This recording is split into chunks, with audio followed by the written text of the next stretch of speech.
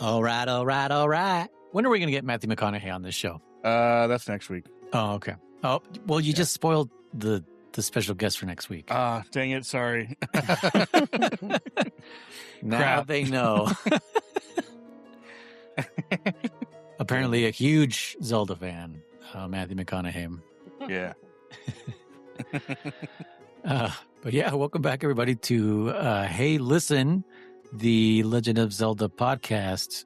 I think it's the capital THE, Legend of Zelda podcast. I'm pretty sure, yeah. Right? Where we play through all the games from 1987 all the way to the present in chronological... 1986 to the present in chronological release date order. I am Noise, and I'm, of course, accompanied by Rizer. Hey, guys. And DammitKriss. Howdy, howdy. So, yeah. You guys beat the game? Yes. Chris did. Absolutely. Oh, that's right. Yeah, I know Chris did for sure.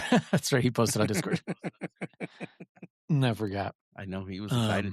He's pissed off that Marin is the bad guy, and she turns into Bowsette. Into Bowsette. That's right.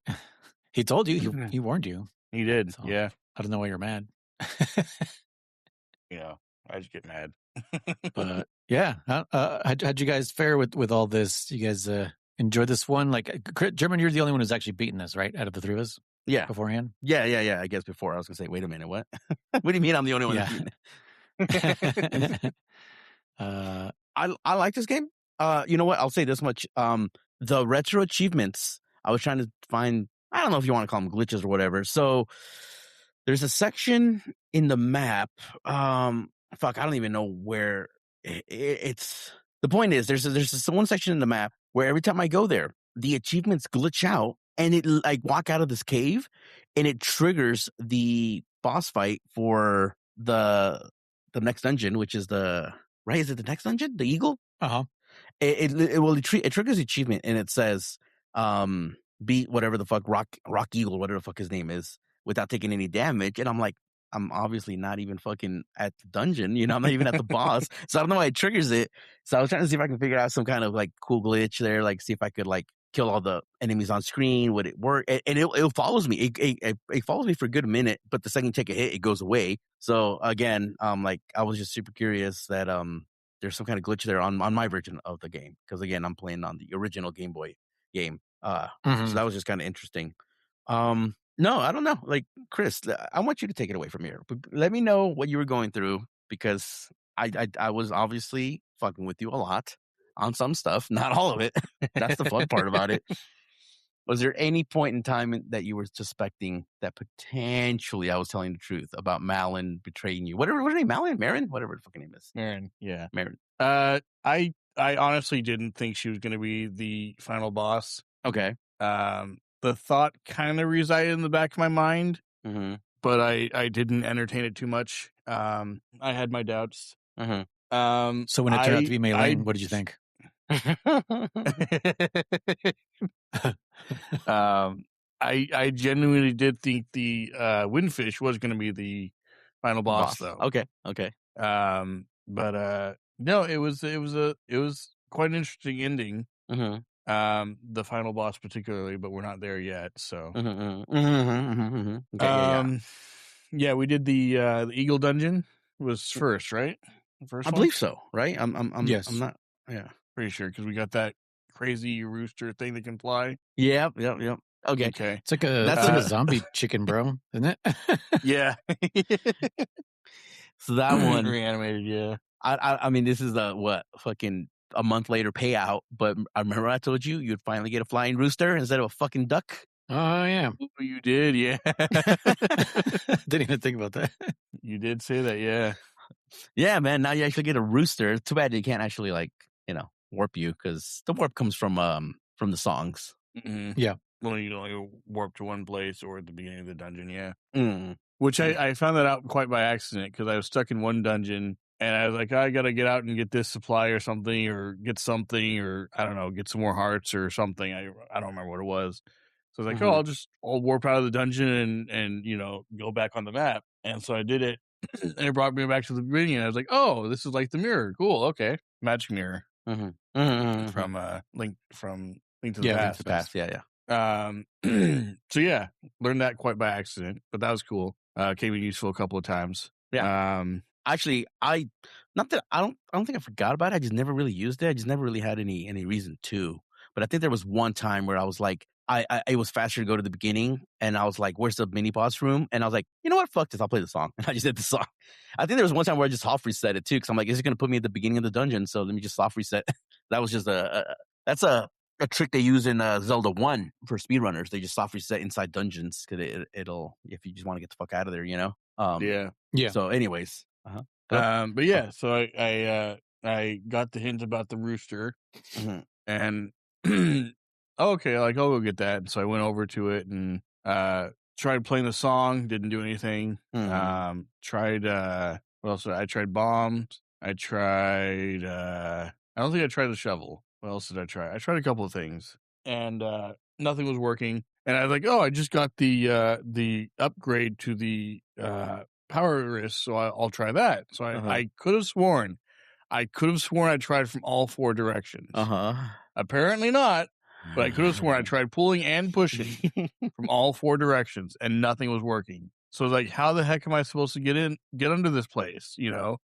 So I walked around. I was like, is there another item I'm supposed to find? Is there some other clue? So I'm going talking to people. I called, what's his name? And he's like, oh yeah, it's underneath the thing. And that was it. And I was like, cool. How do I get there? You know? And so, finally I was walking around and I pushed up against it and it moved. And I was like, you gotta be freaking kidding me. Did you have the bracelet equipped though?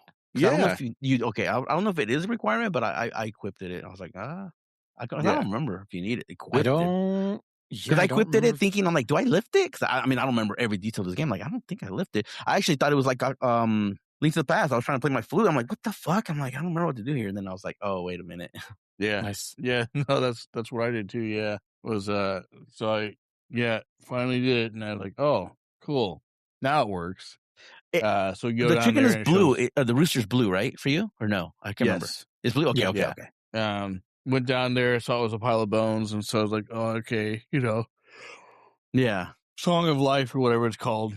And I played that, and it comes back to life. And it falls you out. And I remember it was like following me around, and I was like, okay, what am I supposed to do with this now? Like, what happens? And does it like help me automatically, or how does this work, you know? And so I'm walking around and get to that area where there's like you're in the like little maze area. You have to pick up like the stones and stuff and move them out of the way. And at one point I had picked up the rooster and I started flying. I was like, what the heck? What did I do? What happened? And it took me a couple times before I realized what had happened, that I'm picking up the rooster, and that's how you fly. And then I was like, oh, okay, that makes sense. I don't remember what happened between that and the dungeon. Because I already had the key, I'm pretty sure, from the last time, but I don't know how I got that. I'm trying to think. I think you might be remembering a little bit, because I think you need the rooster to get to the key. I think so, but I could be wrong myself. I don't remember right now. Because again, I'm trying to like not go into lots of stuff, so I wasn't sure if the rooster was required. I kind of had a feeling he was, but you know, I'm like, yeah, you need the rooster. Yeah, you need the rooster to fly. There's a cave. You need rooster. So you had to use the rooster to get the key. Okay. You definitely did. Okay. You definitely did. Because I remember, like I said, I went up there. I'm like, fuck, I do need the rooster. Because I know there's other secrets you can use the rooster for. And again, I'm trying to avoid secrets. But quick comment. Have you guys found? I found only one. I don't remember if there's any more, because I'm trying not to go into any kind of caves or anything like that. I did find one of the magic statues, like Link to the Past, where you sprinkle dust on it and a little bat comes out for an upgrade. Did you guys find him? Yeah, I've gotten 2 upgrades, I think, because I ran into him. He gave me an upgrade, but I swear I was like, dude, I'm pretty sure I ran into you before already. Is there only one? So with that said, Noise, I know of one. Chris, you say you think you found 2. Chris, have you found any of those guys or no? Found 2 what? Of the bat guys, magic altars that you sprinkle. Yeah. I don't know. You don't you remember in Link to the Past where we were like, what was it? That you The had to get some goblet being powder. held up by the Yes, yes. The goblet. Yeah. I don't remember seeing anything like that. No. Oh wow. Okay. So for sure, there's one. Noise thinks he found two. Oh wait. Did he not sprinkle any powder on there it? was like there was 2 statues and like a little hole. Yes, I think so. I don't know if that's what this one looks like. You found one. Okay. Yeah, that's what those are. Okay. He didn't sprinkle any powder on. No, I think there was even one point I had the rooster, and I was like, "Am I supposed to fly over this?" Because I tried jumping, I tried throwing a bomb in it, I tried everything except for powder again. Tried moving the statues when I had the upgraded bracelets. Oh my God, Chris. And I love you. Yeah. Okay. Cool. What did I miss out on? It's upgrade. Bombs, I think. Just good. bombs. No. So no. So noise. There is one of each. Well, you can upgrade bombs, arrows, and I think the magic power. And my first playthrough ever, like I just thought, I was like, oh, okay, cool. I'll just take what he offers you, right? No. If we say, because he literally says, he goes, are you ready? And you say no. He'll be like, what? You don't want to carry more bombs? Okay, fine. He goes, well, how about more arrows? You say no. And he goes, what? No? Okay, well, how about more powder? You say no. He just keeps cycling through all 3 of them. So you get to kind of pick the one you want at the time you find him. Oh. At least on my version. Again, we are playing a different version. But because I do remember playing the DX version, a while back. And then I remember that being the case where I was like, I think that's when I discovered it in the DX version. I was like, oh, shit, I can say no. I'm like, cool. And then on the Link's Awakening, if you tell him no, like when he's like, oh, I'm going to curse you. And he's like, are you ready? You say no. He's like, what? You can carry more magic or some bullshit like that. And he does it anyways. I think he doesn't give you any kind of like, oh, let me change this, change that. No, he just, because he's only magic. Because you get the arrow upgrades and bomb arrows from that one happy pond or whatever the fuck that was called. But yes, Chris, so there's another altar that you can sprinkle shit into and get an upgrade. So I love it, Chris. So I'm curious also, because I had run into the sign puzzle before. I don't remember when, the last checkpoint basically. Mm-hmm. And obviously I couldn't complete it without the chicken. Is that what it was? No. Maybe bracelet. Hook shot. Yes. So without the hook shot. And did you guys like immediately know like, oh, I have to do this signpost thing so I can get the song? I avoided it. I knew I needed hook shot, and I thought it was either a piece of heart or a fucking what do you call it? A shell, right? I was like, nah. So I left. So then when I realized, I was like, the chicken, I didn't remember you had to revive this chicken. I really didn't remember that. And I was like, oh shit. I'm like, and I was thinking, I'm like, you know what? I'm like, flute's always been the key. So I was like, I'm going to go in there. I'm like, worst case scenario, I just don't pick up the heart. And then that's when I saw it was like the frogs. I'm like, oh man, I don't remember none of this. Like, I don't remember any of that. So I thought, I don't know if that song is used for anything else, honestly. It might just only be for the fucking rooster. Okay. Yeah. Cause I was like fucking lost for a bit. I've forgotten about the signpost puzzle. And so cool puzzle, by the way. Unique, in my opinion. It actually reminds me of the Lost Woods from Zelda 1, right? Where you had to go in the screens in a certain order in order to get through them. So this is literally the same concept, except a lot longer than northwest, southwest, Yeah. So on top of navigating the mountains later, like I was stuck on this for a minute. So I was just wondering if anybody else was like, where the fuck do I go? Because they're like, go to the mountains. And it's just like, I can't. Like there's like I can't cross all these bridges. Yep. I knew I needed the bird, but I didn't remember I had to revive his ass. And like I said, but also a quick question, Chris, I forgot to mention, if you do find all 3 of those bat statues, you get the bomb arrows. I don't know if you got, so you obviously didn't get bomb arrows, right? Oh no, I did not. Just kidding, Chris. You have bomb arrows. What? He still didn't figure it out. Noise. We told you already have them. Oh yeah, I forgot to try that. I did try stealing. Okay, you tried stealing. I did try stealing. I could not figure out how to do it. Ah, shit. Okay. You have to stand like get the not perfect pixel perfect, but you got to stand so he's facing away the door, so because he'll face towards you, right? And then before he turns, like it takes him like a second or two before he reacts to you moving on screen. So that's what you pretty much got to do. You got to go up to the best like upright location, if you will. That's how I do it, anyways, or how I did it. And then when he's looking up there, you just come down, you run around him. You literally just run around him, and so you get the free item. And the first time, I think nothing happens. I didn't steal anything this time. So I don't recall. No, did you do it just to check it out, to see it? Wait, sorry, what part? The stealing? Oh yeah. Remember I said I did a save state just in case I fucked my game up. Okay. Oh, that's right. Yeah, you did say that. Yeah. Because Yeah, go ahead. No, I was going to say, the game renames you. Yeah. And then affects certain gameplay parts as well. So yeah, the first time, again, I think you can steal 2 items. I think Noise, you did it then. Is it immediately, does he punish you, or does it only after you come back a second time and steal a second well, time? I didn't go back in. Oh, you didn't? I just saw what it did. And then I was just like, oh, okay. Nope. Okay. And I So, just Chris, reloaded yeah. and then I looked up what it does. What it does.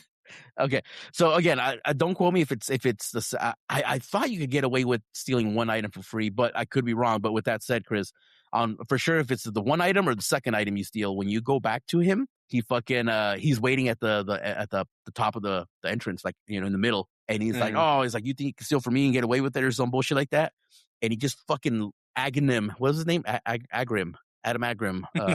You were right the lightnings first time, your dude. ass. Was it? Aghanim. That's right. Yeah. Yeah. He just literally just zaps the shit out of you, kills you. Dang. I do believe it counts as an actual death towards your gameplay. I'm not sure. And then by stealing, like Sonoy's pointed it out, I didn't think about that. Whether you go back to him or not, you get renamed Thief. Everyone calls you Thief. Marilyn calls you Thief. Like, everyone's just like, hey, Thief.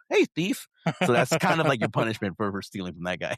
But it is something you can do. So, and like I said, now that we've told you that you have the goddamn bomb arrows, any idea on how to use bomb arrows? My best guess would be setting down a bomb and then shooting an arrow through it. No. Rolling a bomb and hitting it with an arrow. Mm-mm. What does this game allow you to do that no other game has allowed you to do before? You have 2 slots that you can equip something on. Yeah. Using them at the same time? Yep. Okay. Yep. A pretty powerful item you could use. Don't know if it was intended, to be honest with you. I don't know if it was developer intended. I think so, dude. Yeah, There's no that's, way that wasn't intentional. Again, not sure if it was or wasn't, but yeah, that's how you get your bomb arrows, Chris. Yeah, it seems like one of those things, kind of like the boots and the rock feather, where you can run and jump longer. Okay, it seems like it's a intentional combination. Yeah, you know what? I want to say that maybe it wasn't 100% intentional, but when they saw the results, they're like, yeah, fuck, keep it in. If someone does it, good for them. That's where I want like to say. What is it called, Chris, in Warframe? The bullet jump. The bullet jump. Oh, yeah. I don't know what that is, but it reminds me of Halo grenade jumping. Yeah. Or rocket jumping. Yeah. Yeah. Rocket. Yeah. Yeah. Yeah. In Warframe, you can, what is it? It's you slide and jump and you like propel yourself forward like really far. And it was just something that wasn't intended. And the players loved it so much because like you could traverse maps insanely fast and do some really cool like tricks and shit that they're just like, fuck it, just leave it. And then, the community called it bullet jumping, and so it's just like, yep, that's what it officially is now. Bullet jumping. I love when shit like that happens. I do hate when they remove it, right? Because it's like, I mean, I understand, like, if it's something that breaks your game in a sense, I could get why you'd want to remove certain features or whatever. But if it's something where like that people use for fun, like a competitive, I understand both sides. But I do love when the developers say like, oh, we definitely did not intend for you to do that, but yeah, fuck it, go for it, and they keep it in future entries and stuff like that, or at least pay tribute to it in some way or form. I think it's always something nice. What's the word I'm looking for here? Something. Yeah, I get what you're saying. Yeah, I guess it's nice. Yeah. Yeah, was I gonna say like recently I've been fucking speedrunning FNAF's Security Breach because I'm a fucking weirdo and decided to start playing this game fucking 4 years after it came out. 4 years, 5 years, I don't know. But like Jesse and I were playing it and we're trying to collect everything, and we noticed there's a room that we can't go back into, and we're like, oh fuck, like we were supposed to get this on our first run, so like there's no way to get this piece. And one of the main mechanics of the game is that you can climb into the Freddy animatronic and walk around as him. And I was like, because every time you call him, he runs up from behind you, if possible, right? Like if there's a room or something behind you, that's where he'll spawn, and then he'll run his ass to you. And I was like, I wonder if I face away from the entrance of this room that I want to get into and summon him, will he spawn in that room? And so he did, and me and Jesse were like, dude, can we get him close enough to the door where I can press the button to climb in him, right? Because there's like a crack between, like, in the door, so you could actually see him like on the other side, like, oh yeah, he's totally there. And like, yeah, I kept like spawning him until he got so close that it's just like press X to enter. And I was like, no way, dude. And fucking got into him and he pulled me into the room. And then I walked to where I needed to go. It, like, got out of his body, grabbed the present, and then fucking left. I was like, holy shit, I can't believe that fucking worked. So yeah, that helped us collect all the shit we needed. And then this morning, my file got overridden. So all of that work. Yeah. Oh no. Everything I was working on stream yesterday, just totally gone. So yeah, the good thing is I know pretty much where everything is now. I've been playing this game for like a fucking week now. So yeah, it's fun. I like it. But yeah, it's definitely something not intended. And I almost don't even want to share it online because I feel like that's when like developers see that shit and they go like, oh, we got to patch that up because there's a lot of things they've already patched on that game that speedrunners are like, well, we just downgrade the game so that we can continue to do those exploits. You know what I mean? Mm-hmm. So it's always usually a bummer when those kind of things get patched out of games. Like could you imagine if that bomb arrow thing was a glitch and then, you know, Nintendo happened to patch it out? Like people would be like, dude, you just kind of ruined like a really cool, unique mechanic that not everyone knows about, you know. And honestly, it just adds to the game. I don't know. Like I said, I understand both sides because, like I said, there are plenty of times where, like, there are games where, like, certain exploits, like mostly fighting games, I would argue, where it's like, oh, if you pick Superman and you do this ground pound and then a fucking laser, and you could do an infinite combo. I'm like, yeah, get that shit out of the game. Get that shit out of the game because, you know, it's like it's just not fun playing against someone who just does that over and over again. You know? Yeah. But I mean, that is Superman. It wouldn't be fun fighting Superman at all. Yeah, I guess. That's one of the reasons I got out of fighting games. It's just there's so many spammy characters or spammy combos that get developed that I'm just like, man, I miss the days where like you just kind of had to play with the character and not go online or play the meta. You know, like people just go online. Like, who's the best character? Ryu. Okay, we'll do this move over. And it's like, okay, cool. I think 4 was the last. I'm really raging right now because I think it was 4 last one I played and it was just like, that's literally what it was. It was like, if you fucking, you know, the meta characters had a combo that like, that's what you just did. You just did that over and over again. And you were almost guaranteed to win until they would patch that character. And then they would do it with the character. And it was like, dude, it just sucks. Anyways, back to Zelda. That's Street Fighter podcast. Yeah. But yeah, so going back to the, so Chris did not get the bomb arrows. He did not upgrade any of his fucking inventory. Love it, Chris. Classic me. I love it that you don't need it. You don't need to do it. And you were like, huh, what's this? And you're like, must be nothing. I'm out. And you just fucking leave, dude. Just a box. I mean, you tried bombs, you tried a couple items, but you're like, well, I guess there's nothing here. And then you just fucking like never ever question that room ever again. You're like, it was nothing. Well, I went in there, guys. I remember coming across it fairly early, and I was like, there must be something I don't have yet. Okay. That I need for this, or some clue or something that someone's going to give me. But I should have figured that out, especially after Link to the Past. But and especially when all that will happen again. Half magic. I give you so much shit about the half magic. Yeah. But I swore you were making up. But I even looked it up online. And I was like, "There's no half magic item." You're like, "It's not an item." I was like, "Oh, not an item you hold per se, but it's in the game." Yeah, you were like, I looked that up. Like, Chris, I'm telling you the truth, even though it's like, yeah, he is. You photoshopped that. I swear, actually not gaslighting you right now. I mean, like I said, the payoff was a little slower on this one, but there was stuff that I got you on this one too. Technically, the rooster, about the Mario characters. I love that. I thought it was fucking hilarious. Speaking of characters, there's a character in this dungeon. In this dungeon, Eagle. I was just thinking about that. Yeah. Going back to Zelda, the dungeon we're supposed to be talking about. Did you notice any other characters in this game, Chris, that maybe resemble? I did, and I don't remember who it was now. Someone who can eat you? Yeah. No? Oh, the Kirby. Yeah. That's right. Gosh dang it. Yeah, I remember seeing that, and I was like, God damn it, German. Yeah, German Kirby. As if, you were the one that programmed it in there or asked I know, for it right? or something. I went back in time and told him, you know what'd be fun? Put a Kirby in this level. That'll really mess with Chris's head. Yeah. Like, who's Chris? Don't worry about it. Yeah. For 30 years from now, you'll know. Yeah, you get some little Kirby enemies on this dungeon. This dungeon, I remember hating it multiple times through my multiple playthroughs. Through your Because multiple it's unique. Because childhoods. you have my multiple childhoods. I know, because you have to hit those pillars with the ball. Right, that's the objective of this dungeon, is to bring down the upper levels or whatever you want to call it there. And I remember as a kid having a hard time getting stuck and not knowing what to do. And then I played the DX version, and the same shit happened. I'm like, fuck, what do I do? And then I replayed the DX version at some point, and I got stuck again. And I just remember going like, dude, I fucking hate this dungeon, because for some reason I just kind of forget how to get the ball to that final pillar.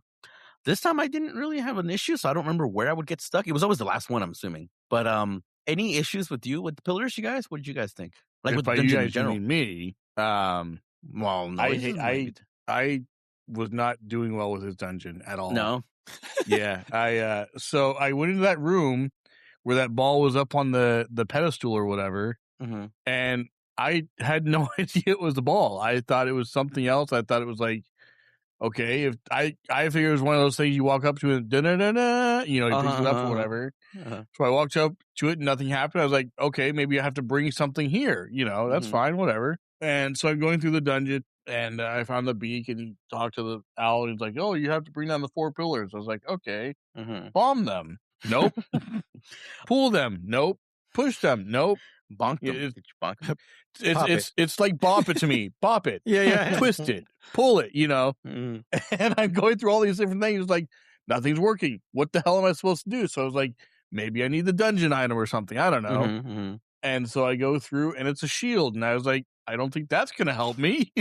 But okay. And so I was like, maybe I have to shield it to death. So I go up to it, and as stupid as it sounds, I hit the shield button, and nothing happened. Hey, no, that's not stupid. It's trial and error, yeah.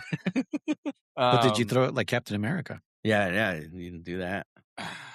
Don't tell me. Do not tell me that's a thing. You equip the shield and arrow, right? Shield and boomerang. Shield and boomerang, yeah. that would be fucking sick, dude. Your favorite? I mean, that is sick. Chris? I do it all the time. Oh man. Yeah. So I tried a bunch of things, and nothing was working out. So I was like, I don't know what to do. So I just wandered around the dungeon, thinking like, there's got to be some clue or something somewhere. Something's gonna pop up. Some little niche place I haven't been yet, and so I'm going everywhere. I'm testing all the walls. Doing a bunch of bombs and stuff like that, trying to figure out is there some sort of special entrance I'm supposed to go to, falling down all the holes, doing all that kind of stuff, found a couple of chests that way. But I'm just looking everywhere that I can. And finally I was like, you know what? Screw it. I'm just going to look up a guide real quick just to see how to get past this one part. And that's it. And I looked it up, and I was like, oh, go to this room and pick up the ball. I was like, you're freaking kidding me. The one thing I didn't try. The one thing. Man. So I go in there, and I had my thing equipped, and sure enough, he picks it up and was like, cool. Love that. So again, I knew it was the ball going into it. Just 'cause you pick up the ball and throw it at the last mini boss or whatever, right? So yeah. But I kept getting stuck on the last pillar. This time, like I said, I went through and like no problems. I think maybe because I'm a fucking adult now, not a kid. But yeah, I don't know. But did you once you knew it was the ball and pillar, did you finish? Did you see the full guide, or you saw it was the ball and then stopped it? I eventually went back to the guide for a couple parts, but I didn't like continue from there. Okay.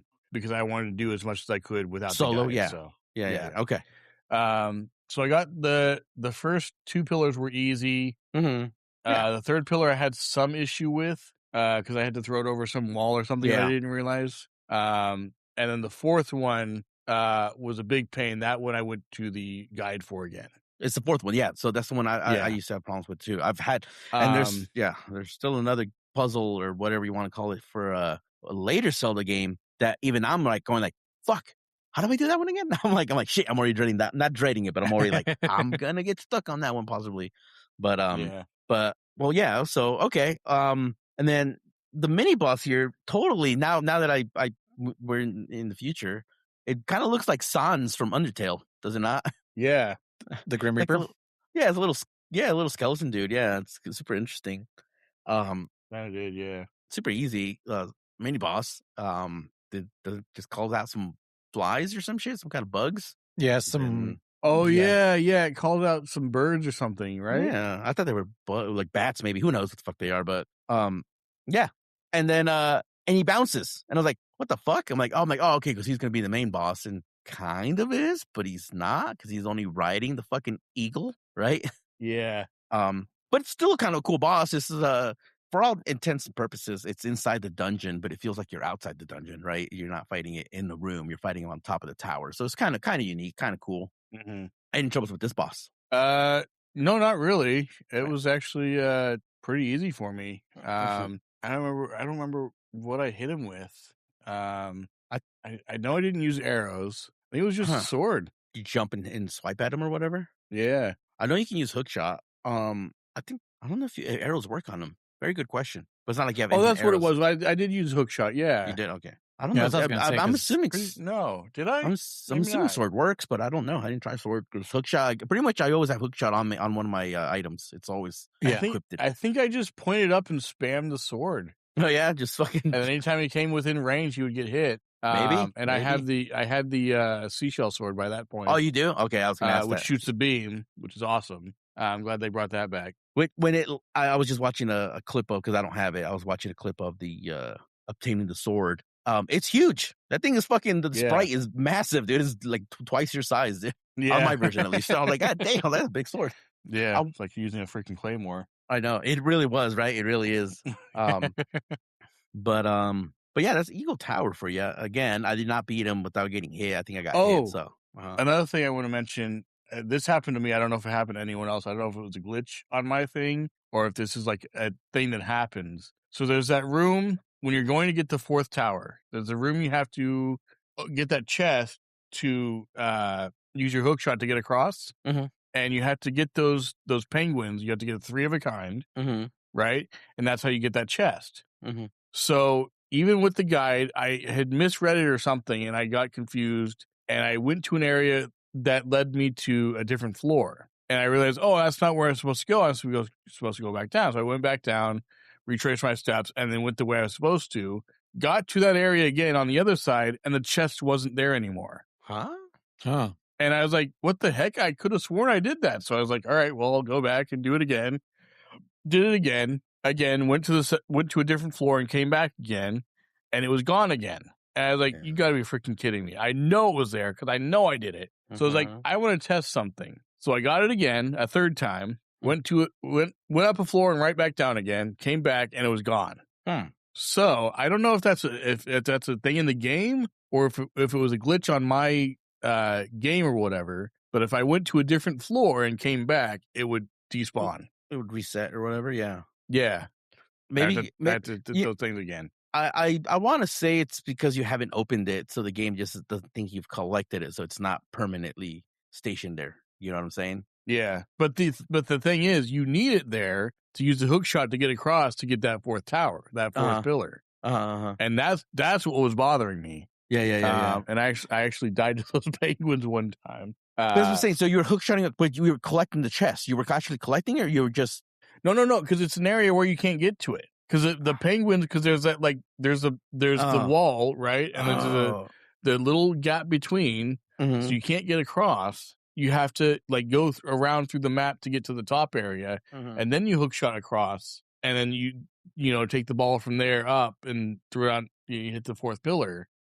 But every time I would go to another floor and come back, it would despawn the chest as if I hadn't done that puzzle. I'm drawing a blank here in terms of what is the requirement, were you supposed to? Well, to get that chest to spawn there, there's the penguins on the lower part. Yeah. You have to get 3 of a kind, and then the chest does a and a chest pops in, and then you have to go around through the map on that same level to get to that top part there, and then you hook shot across. But if you change levels, or at least for me, it despawned the chest, so you could not hook shot across. You have to go back around, fight those penguins again, get them 3 of a kind, and then go back without changing levels. Because I did it 3 times just to make sure. Well, the third time just to make sure. The first time I was like, what happened. I thought I did it, and then the second time I was like, I know I did it, and then the third time was a test. I'm not sure, Chris. I'm actually drawing a blank now. But I do want to ask you this question, Chris.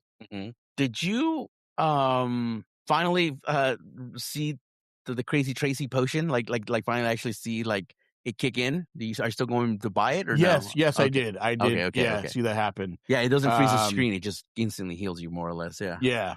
Okay. Yeah. Okay. So I don't know if I had missed that before. I must have. Yeah. But So going back to your question here, Chris, what I'm trying to figure out is, I know what you're talking about, but my question to you is, did you open the chest up?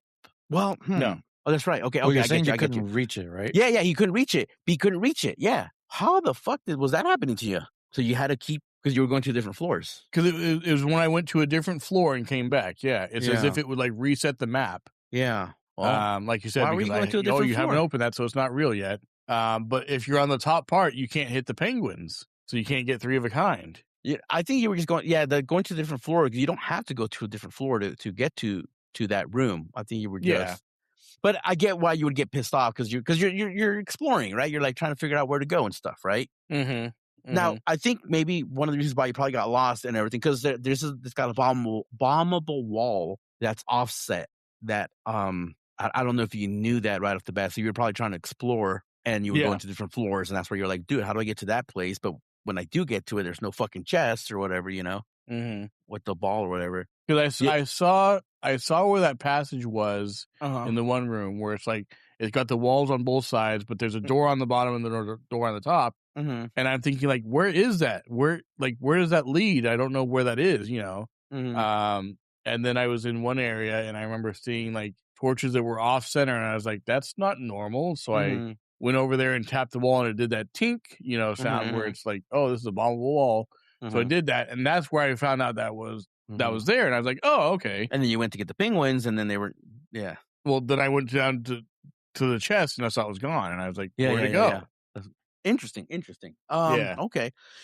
Yeah, and the sucky thing is, like, there are plenty of other areas that have offset torches, like you said, but they're nothing. So, like, there is some inconsistency in this game. Because, like, yeah, you're like, oh, offset. There must be a secret there. And then there's plenty of other dungeons and walls that have offset fucking torches, but there's nothing there. So, I guess it's not the end of the world, because I also do hate when, like, games, like, baby you, and you're like, oh, I wonder what I do. Well, there's a torch here. I wonder if I have to light it, kind of shit, right? So, it's one of those things you can't win, like, damned if you, damned if you don't, because I hate when games baby you, but I also hate when games, like, fucking aren't consistent. And you're like, dude, like, the last area, the bomb the wall clearly had a crack, and this time it doesn't have a crack. Fuck you, game, So, but yeah, anyway, so you beat Sans riding on the fucking bird, and he tells you again, like, fucking the windfish.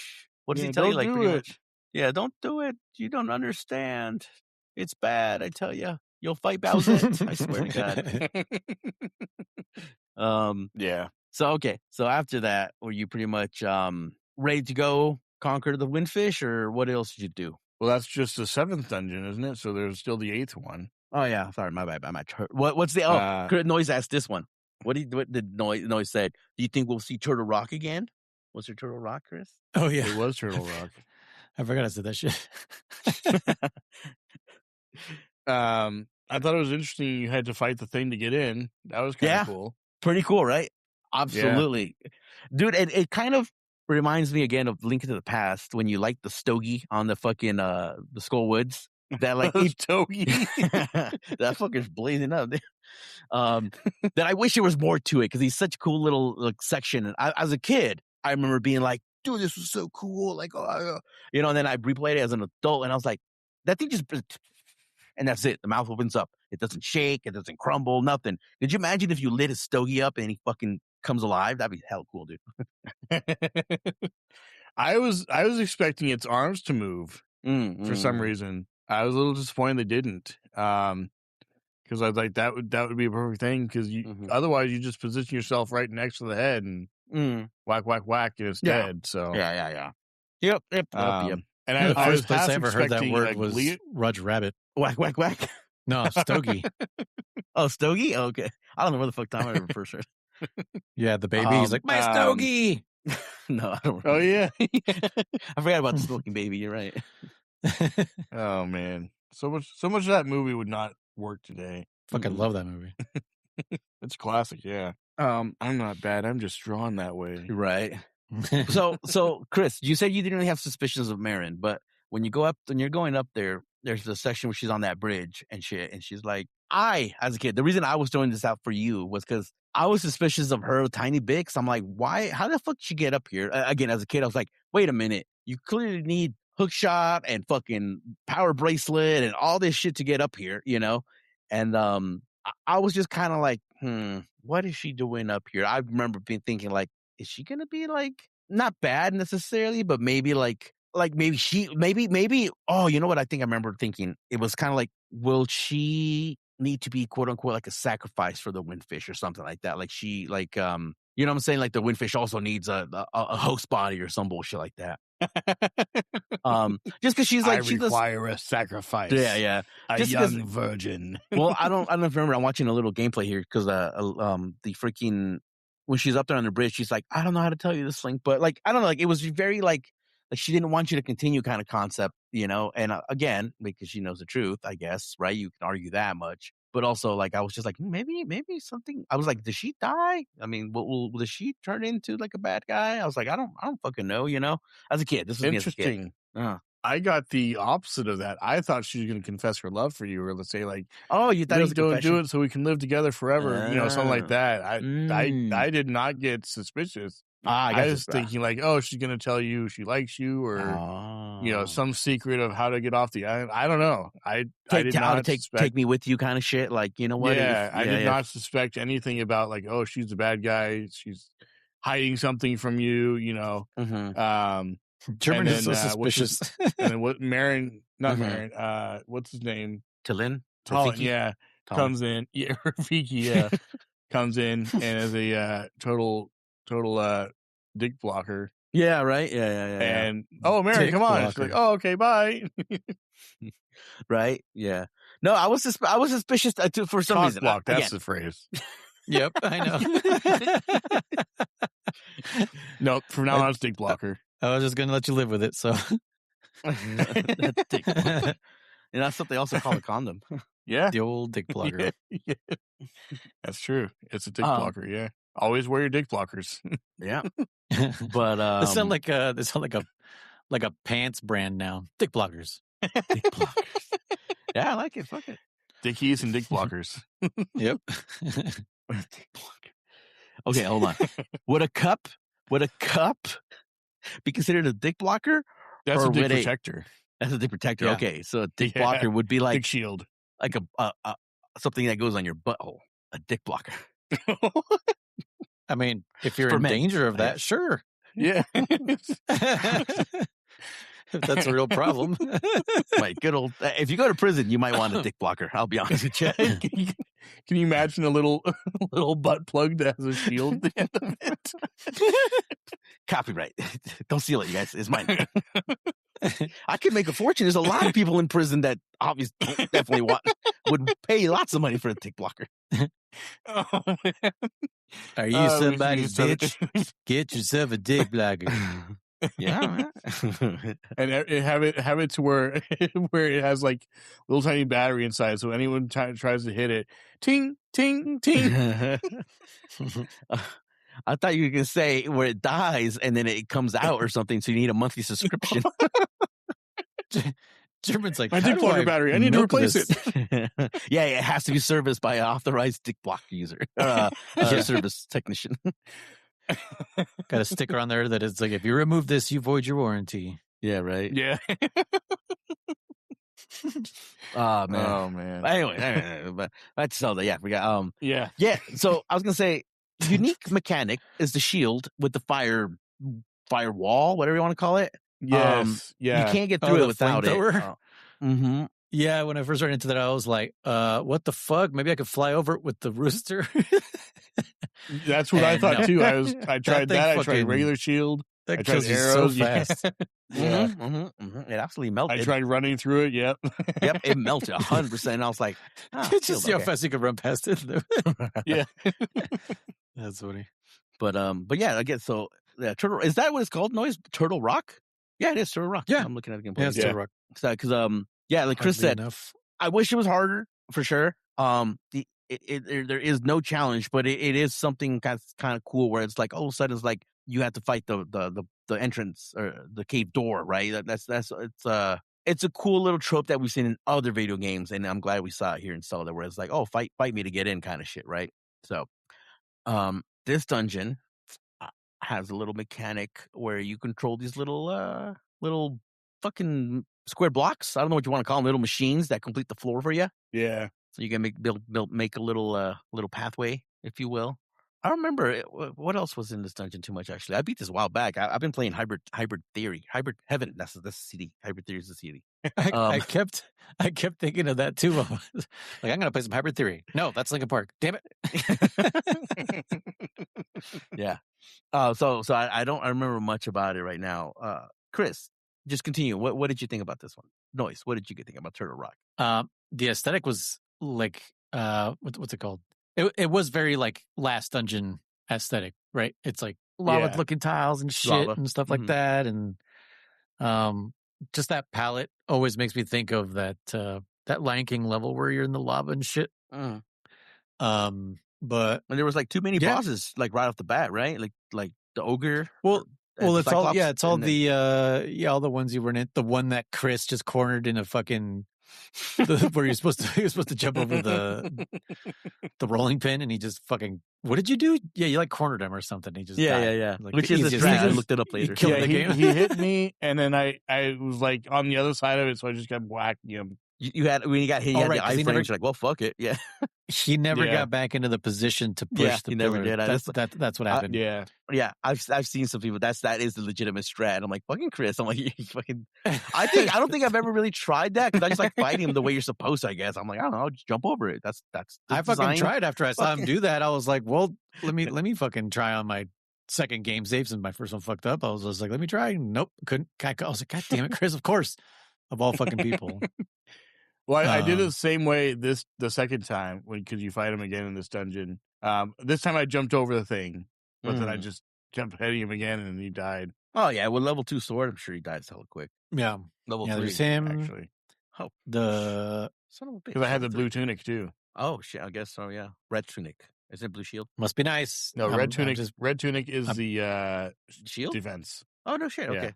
I'm just beating everything up with a wooden stick over here, but. Yeah, I mean, just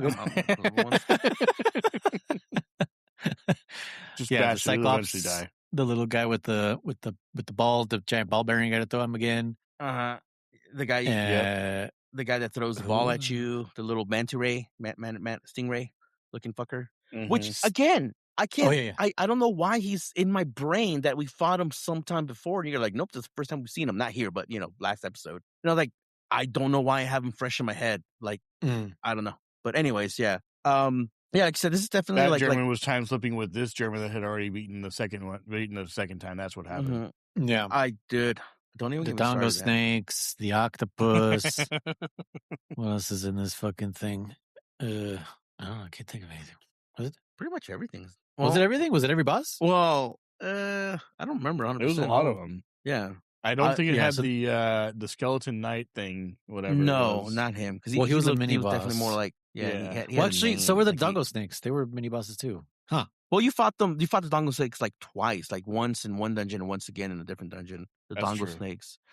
Oh, these are all mini bosses. They're not the main bosses. No, mini bosses. Yeah. Yeah, even the Hinox again for like the third time. The first one, the Hinox. Oh wait, no. Am I thinking of Link to the Past now? Have we fought a Hinox in here besides the Eagle Tower? Yeah, I'm 90% sure we have, but again, I could be wrong. I can't think now. Okay, yeah. But this dungeon, I think there's puzzle wise, it's not too many puzzles other than I think it's more treacherous. I don't think it's as confusing as Eagle Rock was to me, at least. At least my first time as well. Chris, did you struggle more with this one or with Turtle Rock? I'm sorry, with Eagle Mountain or whatever the fuck that was. Eagle Tower. Eagle Tower. Shoot, that was, I don't know. Because this one feels like it's more like dangerous in the sense of treacherous, right? There's lava, there's a lot of enemies, there's a lot, versus Eagle Rock was more of a puzzle. You're like, how the fuck do I get the ball over there? Yeah, this is the least puzzle heavy In my opinion, like I said, there's still like a little puzzle-ish to it, but like it was just mostly like just what was that word? Gauntlet, a gauntlet kind of style. Especially like you said, you fight a bunch of mini bosses, but it's like every room just was not filled with hard enemies, but it filled with lava, filled with the shit. You're like, dude, I'm gonna die in this room. I'm gonna die in this room, but I'm dying in this room. Not every room, but a lot of the rooms felt like that, at least to me. But yeah, so if you had to pick, which one was harder for you, this one or Eagle? Huh? This one was more maze-like, I feel like, than maze-like. Yeah, okay, Eagle I can see that. Tower. It was a more puzzle-like. Really? Huh? At you? Maybe not. I don't know.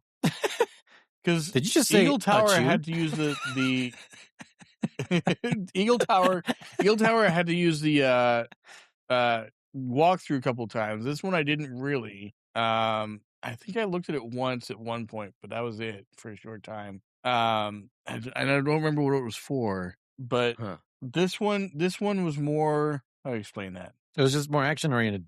So this one was more like the Ice Palace from Link to the Past, whereas Eagle Tower was more like the final dungeon from Legend of Zelda 1. Yeah, Eagle Tower. You felt more was really, yeah.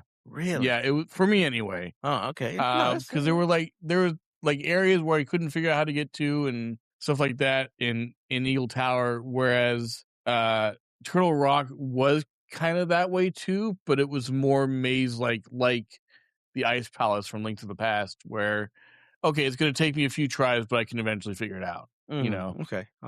So that's kind of what it was for me. So in some ways it was harder in the sense that there's a lot more bosses to figure out, and especially the puzzles, we had to fill out the whole thing, with the ground maker. Those could be difficult, but it wasn't in the sense that I don't know what to do or where to go. Yeah, that's what I'm saying. You just kind of keep making progression. You were never yeah. That's what I'm saying. Like you kind of just, at least in my opinion, you just kind of keep making progression versus the other one. You're kind of backtracking a lot. You're like, fuck, like you said, Ice Palace, right? Shadow's in here with us right now too, and it's he saw me struggle and fucking Ice Palace a bunch, and I overcomplicated the fuck out of it. And I was like, oh no, I didn't have to do any of that shit. It was just easier than I thought it was. So, but nonetheless, you get the item in this dungeon. I had completely forgotten all about it. You get a fire rod, I guess, which is just infinite fucking use. There is no magic meter in this game. So yeah, why the fuck wouldn't you use this a lot too? I completely forgot about this item. I'll be honest with you there. Yeah, no, I like that. There's usually when you get a rod of some sort, magic, like you said, magic meters involved. So it's nice that you don't have to worry about that, especially this late into the game. I should be having a fucking OPS item. Mm-hmm. Yeah, no, agreed. Yeah. I don't remember a lot from this dungeon. I don't remember who the boss was. It was Marin. I don't remember who the you boss don't remember? was. I don't. Who was the boss? As a TV show. I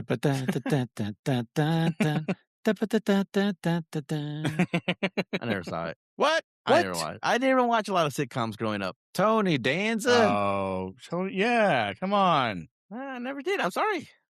Hey, come on, Angela. Watch it now. You were the boss. I'm just Tony. I never saw Married with Children. I never saw fucking. That's crazy. Married with Children was fucking awesome. Family Matters. Here's the thing. I didn't see any sitcoms. Step? Nope. You know which one I missed out on? Oddly enough, is Full House. It was too corny for me. Compared to all the other sitcoms. Yeah, dude. It's compared to Family Matters wasn't corny.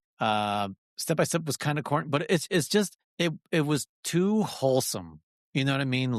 Every problem that they ran into in every episode was kid shit. It was it was kind of like Boy Meets World. But for some reason I was able to watch Boy Meets World. But Full House, I was just I don't give a fuck about any of the. Well, yeah, that's why I watched. Yeah, come on, I'm a man. I was a boy. Our producer here is talking about he named another show Dinosaurs. I guess that's a sitcom. I did watch that. I did watch Dinosaurs. I did. I love. Again, I think I've said it many times before in other podcasts. If I haven't said it on this one, I am a huge fan of animatronics, puppets, practical effects. Chris, this kind of goes back to you. And you've never played a FNAF game. Crazy. Huh? I played a FNAF game. No, I did. No, more than one. Come on. You said you love animatronics. Yeah. What if they come and try to kill you? tried playing. I mean, no, I beat like 1, 2, and 3 with Ethan, and I think that was about it. I played him, but no. So it's Friday night, and the moon So, is bright. Gonna have some fun. Tell you how it's done. TGIF. That's what Shadow just put. He said they were all part of the TGIF. Oh, no, the TGIF. There was 4 shows every Friday, and they would like, no, God damn it, just go. I travel back in time and watch. Okay, hold on. Does the Simpsons count as a sitcom? No. No. It's a cartoon. Dinosaurs were fucking puppets. Yes, there could be like cartoon sitcoms, but like I think you have to have like a laugh track. So like the Jetsons and the Flintstones would probably count as a sitcom, especially because those were also kind of Flintstones did. Yeah, they both did. Flintstones did. They're both Hanna-Barbera, even Scooby Doo. But Scooby-Doo. I feel like though, like the Jetsons and the Flintstones were shot like a 3-camera sitcom, right? Like just the way the cameras were set up, and like, oh, I'm saying a joke, wait for laugh, another joke, wait for laugh. Scooby-Doo, I guess, kind of did that, but it was more action oriented, so it didn't really feel like a sitcom. Yeah. But Simpsons does not wait for you. For a laugh. It keeps going. It's like if you do not fucking catch this joke, you won't catch it for another 20 years, right? Until you watch this fucking, till you grow up and see this episode again. 100%. No, yeah, Simpsons definitely did not wait for you to get it. The reference, they just kept going, and upon rewatches, you're like, oh shit, I get that now. Yeah. But yeah. Anyways, I love dinosaurs. I don't know how. I've never seen a single sitcom. That's where we're going. Never seen a fucking sitcom. Never seen one. Yeah, the boss was Tony Danza. Friends, Big Bang Theory. I saw. Never seen a single episode of Big Bang Theory. Grey's Anatomy, Weeds, none of this shit. Grey's Anatomy Friends, is not a sitcom. Whatever. Grey's none Anatomy of those shows. Should be shot and killed and all those shows. But Friends too. Into a dead horse and get the beaten fuck to out of death again. Get the fuck out of your Friends. Stupid ass dead show. tauntaun. I don't give a fuck about that. How I Met Your Mother. Never saw that show either. Never saw that show. Nope. The boss is Tony Danza. It actually is. No, it's Angela. It's a fuck. Whoever. Angela's the boss. Angela's face. You fight this fire. You fight Spitfire. You literally fight the Spitfire logo. That's what it was. It's this fire. I guess, yeah. Face that comes out of lava. Think about that. Yeah, okay. Spitfire. Yeah, That's right. Did you know Mario Spitfire originally? Yeah. Yeah. Isn't that what he's doing? Yeah, because he's putting his hand to his mouth, and but they changed it. He actually shoots it now. He actually shoots fire, but he throws it now out of his hands. He throws them. Yeah, he throws them. But no, he originally he's a Spitfire, man. He spat them.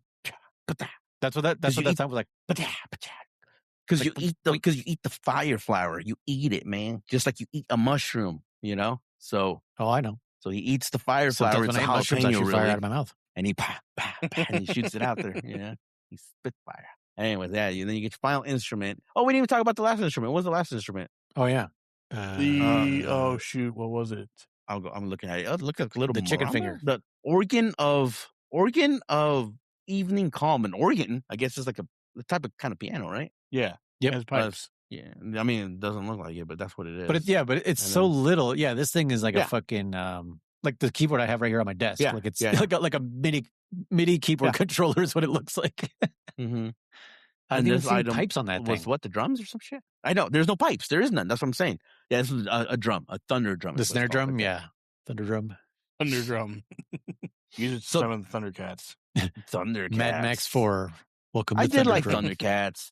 Thunder. I only like him saying anything wrong Thunder. about Thundercats. Thundercats is great. No, I'm just saying. I just like him saying Thunder. I don't really care about the show too much. They're very horny, though. Like, Jesus Christ. Like, they're always... It's another G.I. Joe bullshit. I'll naked. get you next time, Leo. Like, fuck off. Who's the villain of that one? Mumra, right? Who? It was Mumra, right? Because Skeletor was He-Man. No, I'm saying it's just I never got into those shows as a kid where they're like fighting the same villain every week kind of shit, Saturday morning cartoons pretty much, and I never did that. Never liked that shit. You didn't watch anything as a child, apparently. I know. What the fuck were you watching? I don't remember, dude. I was playing a lot of Zelda. I'll tell you that much. I was playing fucking. So you're okay being the same boss over and over in Zelda, but not watching somebody fight the same bad guy over and over. Well, because I get to beat him in Zelda. In fucking cartoons, they always run away like a bitch. That's what pisses me off. It's like, dude, Leo, go. Well, kick yeah, his the ass, show man. has to keep going. Fuck that, dude. Kill him. Kill the boss. Move on. Happy ending. Come on, like a movie. Drew was like, I want my shows to be one or Like two a episodes. movie. And that's it. Yeah. I want it to be like a movie, beginning and an end. Case closed. Done. You know, like I don't want to fucking watch a movie, 20 sequels. Like, But then you don't get to watch Sonic eat so many chili dogs. Like just the amount of chili dogs that he eats per episode. And like none in the movies. That's not Sonic. Should he kill Robotnik? He can't kill there. Robotnik or Eggman. Eggman, Chris didn't know. They still love him. He had to look that one up. He didn't believe us. Don't you think Robotnik has backed up his consciousness somewhere? I don't know. Something like that. Yeah. It was like I don't think you can kill him. Interesting. Maybe Eggman and Robotnik are different people. It just hasn't been discovered yet, and I figured it out. Hey, hit up MatPat, yeah. But Anyway, anyway, so well, yeah. Hit him up. Here's an honest question: I'm sure he's has his channels continued to grow, stayed stale, or have they lost viewership or subscriptions since he parted? Since he I haven't watched them since he left, so I don't know. It's taken me a while. That they're reaching a different group now, a different demographic. Mm-hmm. But I have not watched it since it changed. I stopped, wouldn't. I just no, exactly haven't. Right. Yeah. I actually stopped watching MatPat for like maybe a year or two after you left. I mean, occasional videos here and there where I'd be like, oh, there's something interesting. Let me give it a look. But as religiously, like, oh, let me watch the newest episode. I was like, it was like 2 or 3 years before he retired that I really stopped watching religiously. So I'm just curious, like you know, if they're stale or it's only been like a year and a half. I was gonna say like 2 years. I feel like at least 2, but yeah, it feels like forever. And then like I watched like the last videos and stuff, and I'm like, oh my god, it was like less than 2 years ago. Like what the shit? Like, it feels like longer, but yeah, damn. they just don't have that MatPat energy anymore. But I do like the replacements. I never watched what is it, Style Theory? Really? I kind of did. I never saw Style Theory. That was like the last of his. Remember, because there was always like 4 colors on his thing. Yeah, because it was game theory. Game theory is green. Film theory is red. Food theory is yellow, and then Style Theory, which was purple for some reason instead of fucking blue, which never saw my insides. But food theory is pretty ruined cool. They should get a new one called You had one job. Color Theory. Yeah, here's blue. But yeah, no, I like the British guy who took over game theory. I like the other dude that took over film theory. GT Live is taken over by a redheaded girl. What is her name?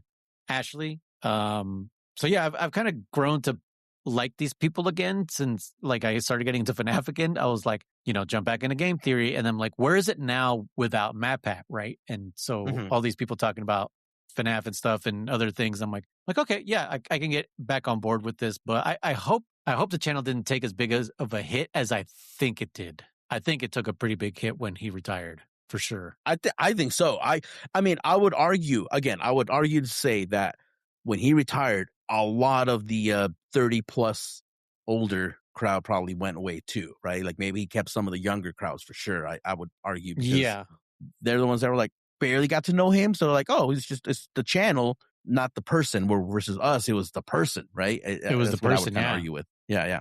You're like, oh shit, just listening to like his really, really early theories, like just his voice is so different back then, and even just him saying he was game in his theory. Closet, yeah. That's right, because he was recording in the closet. I have not seen any of the new theories again, but I do see clips or shorts that pop up on my Facebook or YouTube every now and then. The only thing I will say is that I feel like whatever video I watched or clip I watched with whatever person it was trying to match like his same energy / mannerisms. And I was kind of like, dude, like, I think you should just do your own thing. Like, be your own person. Like, don't try to be MatPat, you know? But that's the only what I saw from clips. I don't know if that's the whole video. I don't know if every video is like that. Because you mentioned Linkin Park, because Linkin Park got a new singer. And Right. I saw when she was introduced, it was like a concert they did like on the internet or whatever. Or I think it was live too. People were there. But the point is, I was watching it, and I will say, like, I don't hate her, like, but there was times where she was like trying really hard to beat Chester, and I was like, girl, I think you just need to be your own person, and I'm cool with it. Don't try to beat Chester, you know? And I think that's what fans had a hard problem with. They're like, you're not Chester, and so don't try to be him. Just be your own person. I think it's hard to make that transition because not only are you taking over something that you've been working on, but also you have been listening to this voice for so many years that you kind of just emulate it without even trying. Yeah, that's true. Right. So finding your own voice is kind of like, like that's I true. remember when like Tim Cook took over for Apple. Tim Cook was so fucking like, I don't even know, like he was kind of standoffish. Like it was almost like he was trying to be that stoic version of Steve Jobs. Mm-hmm. But then as the years went by, you could see him relaxing and being more himself. And it was like, there we go. I figured we just had to give you a little bit of time, being up on that stage, introducing products and being excited for them because they're yours, right? Because I feel like at the beginning too, he was like, well, I'm introducing products that Steve started years ago and they're barely coming out. So like maybe he doesn't have that passion for them as he did with later things, like when he brought out the watch and whatever they're fucking, the products that he spawned, like the AirPods and all this shit. Then those were like his, so he was like more proud of it. And that's probably what happened with like you said, with the new lead singer of like Linkin Park and everyone taking over the Theory channels is they're still trying to like get away from that voice and find their own and say, game theory in their own way. Because those channels wouldn't be those channels if they didn't end every fucking episode that way. It would be really weird if that slogan went away. Mm-hmm. You know what I mean? Mm-hmm. No, I agree. Yeah, no, yeah. There's definitely a lot of valid points to what you were talking about, right? So, and I'm sure some of them were trying too hard too. I mean, it's just There's that too. And again, I'll never sell anyone like you're trying too hard. Like stop. No, I get it. Just you're quit. trying Delete to the take channel. over this. Yeah. Like again, they're like, no, I won't go there. But yeah, I was gonna say off yourself. No, never say that. But my god. But yeah, there's people that will say that. They'll be like, you should quit. Never do a YouTube. Like, dude, let them. Fuck it. You don't like it, don't watch it. Or just stop watching. Yeah, go away. Exactly. You stop watching. That's what I say. That's why I was like, yeah. Okay. Anyways, going back to Zelda now. I guess, yeah. So, Chris, I'm actually. So I knew going into this game, I knew I wanted to fuck with you a lot about Mario characters. I fucked with you a lot with Marin. And I knew, like going into it, that Eagle Tower was going to be a possible troublesome dungeon, and I kind of called it because I remember I had troubles with it. In the final boss / I guess final, I knew, in my opinion, that I knew. No, I was predicting you would have a hard time. So, what did you learn about the egg when you finally go up to the big old egg and see Yoshi, a giant Yoshi, for the first time? Something like invites you in or something. Oh, what happened? Well, you play all the instruments, right? And so it was like, yeah. So then, like something dark side. Yeah, like I sent a picture. Like it's him with all his one man band. But what was that picture? I didn't Photoshop this, right? That one. Yeah, I put the green tunic on him. Yeah, that's right. I forgot about that. Yeah. So were you surprised that nothing came out of the egg? That you actually had to go into the egg? A little bit. I half expected like the boss to pop out and I don't know, make some like dream level. You have to fight him there, and then everything would disappear from there. So, so you were. I went in already kind of on board with the thing, like the dream part of it. Yeah. I just figured it was going to make some like the screen was just going to turn black, and now you're warped to some other area or some just something appears there as opposed to you go into it. Okay. And then you go in and there's a maze, so that was fun. Did you figure that out? I don't. No. Well, I had to use a walkthrough again because I was I don't know where I'm supposed to go. Okay. And so you don't know how to get the info. No, I didn't know. Oh. I was like, go back to the library and read this book. I was like, you got to be kidding me. Yep, it's back in the library. Yeah. and because you have the magnifying glass now.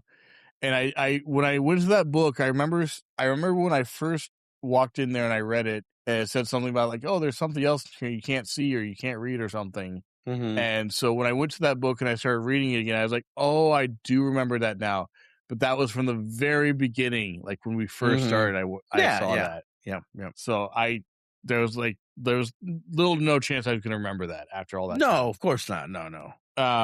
So yeah, I went back and read that, and it had mine was like left, up, right, up, left, up. I think it was, or something like that. Right.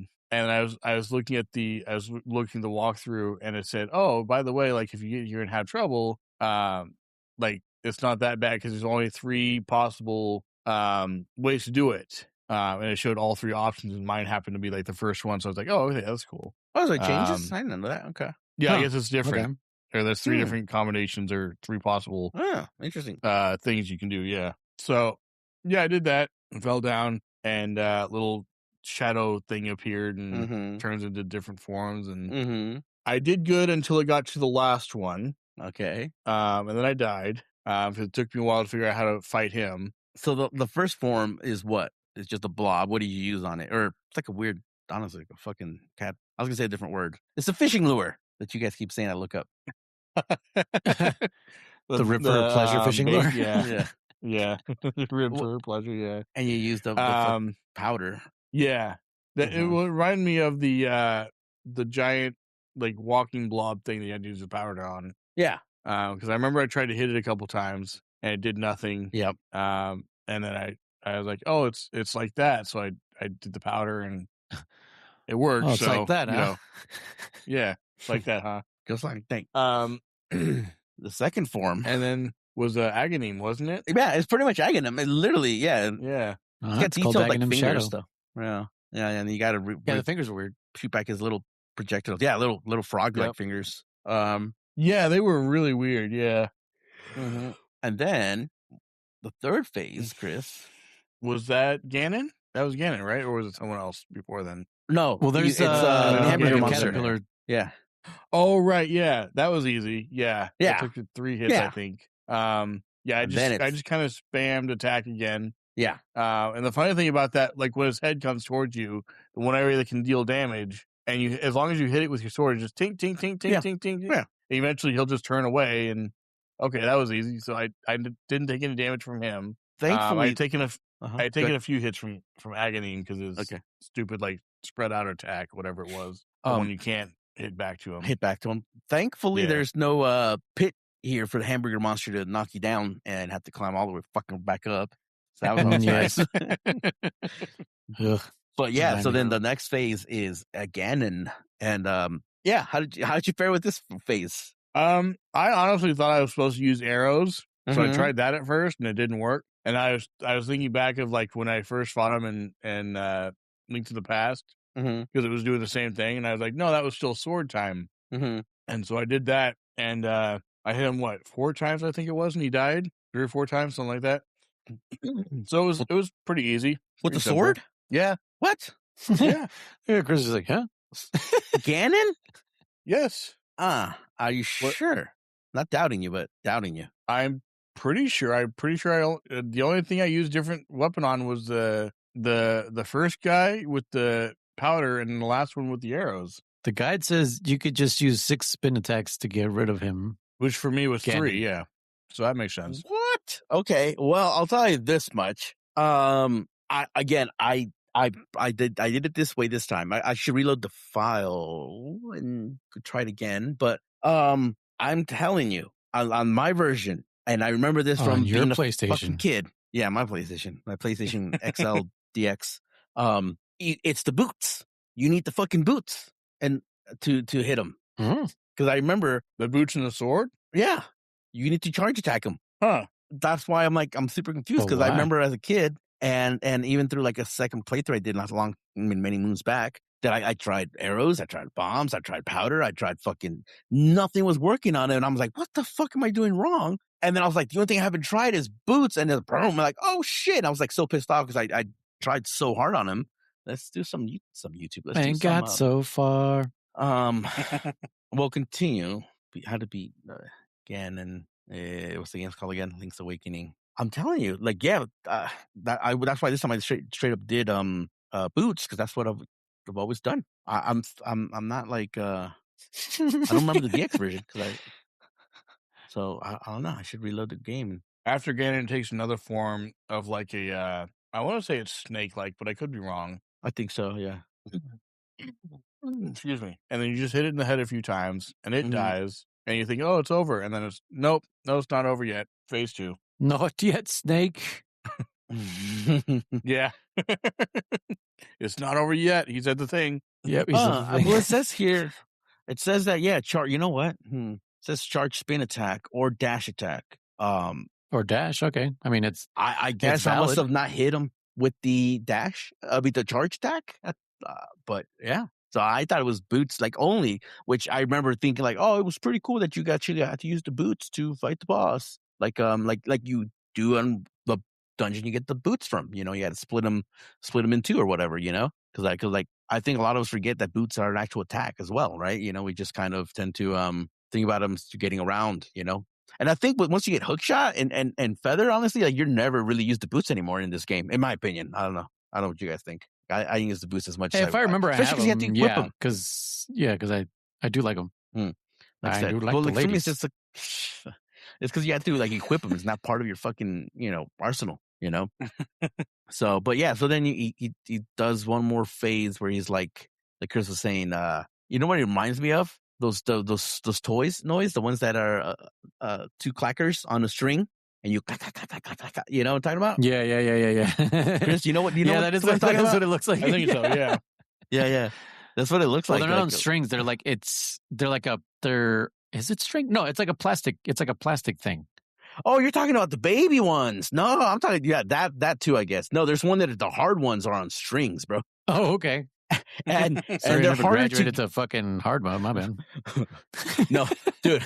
Okay, let me tell you this one. The plastic ones you're talking about, noise, will never hurt you. The ones on strings. Oh, I'm sure they will. I'm sure they will. If you catch something in between those balls, it'll fucking hurt. Well, if you miss the timing of the clackers on the string, and that fucker will hit you on the fucking wrist or the back of your knuckle. Okay. Hurts, I feel you now. But they were super fun.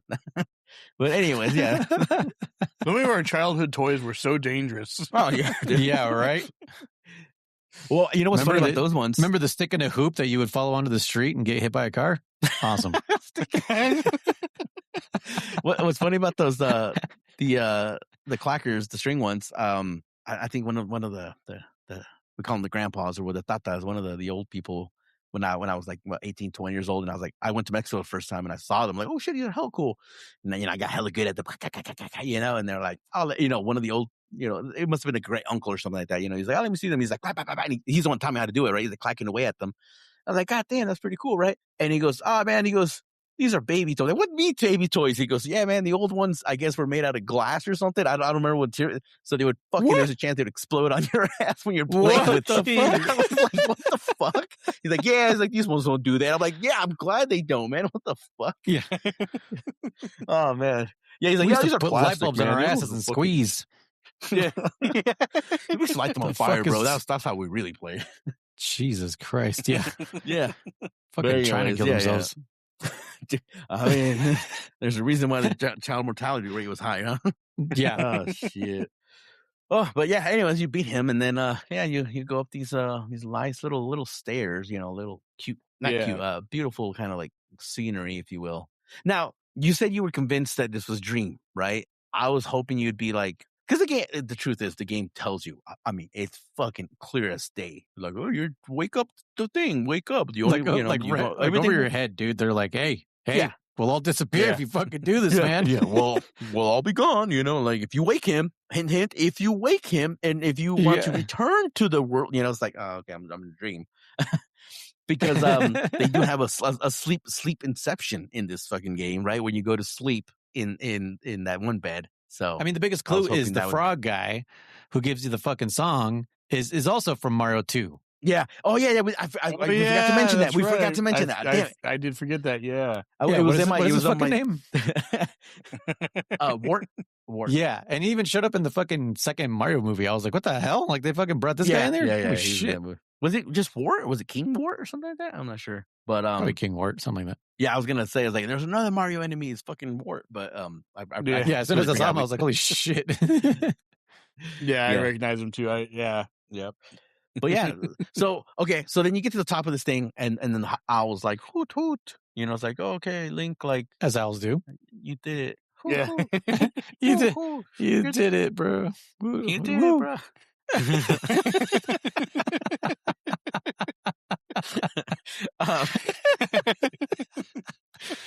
Ridiculous.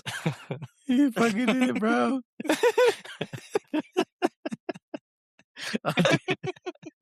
But anyways,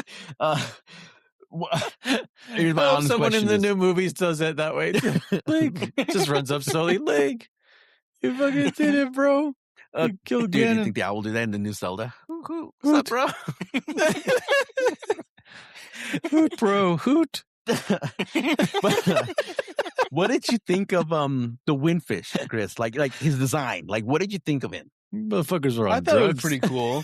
It was pretty cool. Yeah, it was very, very, very psychedelic for sure. Yeah, psychedelic. Definitely. The tiny wings is what did it for me.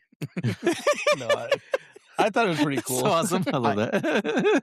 I definitely was not expecting it to look like a whale, first of all, because a whale's not a fish. So we'll start with that. But they do tell you earlier that the windfish is neither in its name only, and neither something about like windfish is his only name and form is neither or something like that. I don't know. Okay. There's one point where it tells you it's not wind or a fish. Okay. All right. Hey, it's motherfuckers want to play with words, huh? Or a fish. Yeah.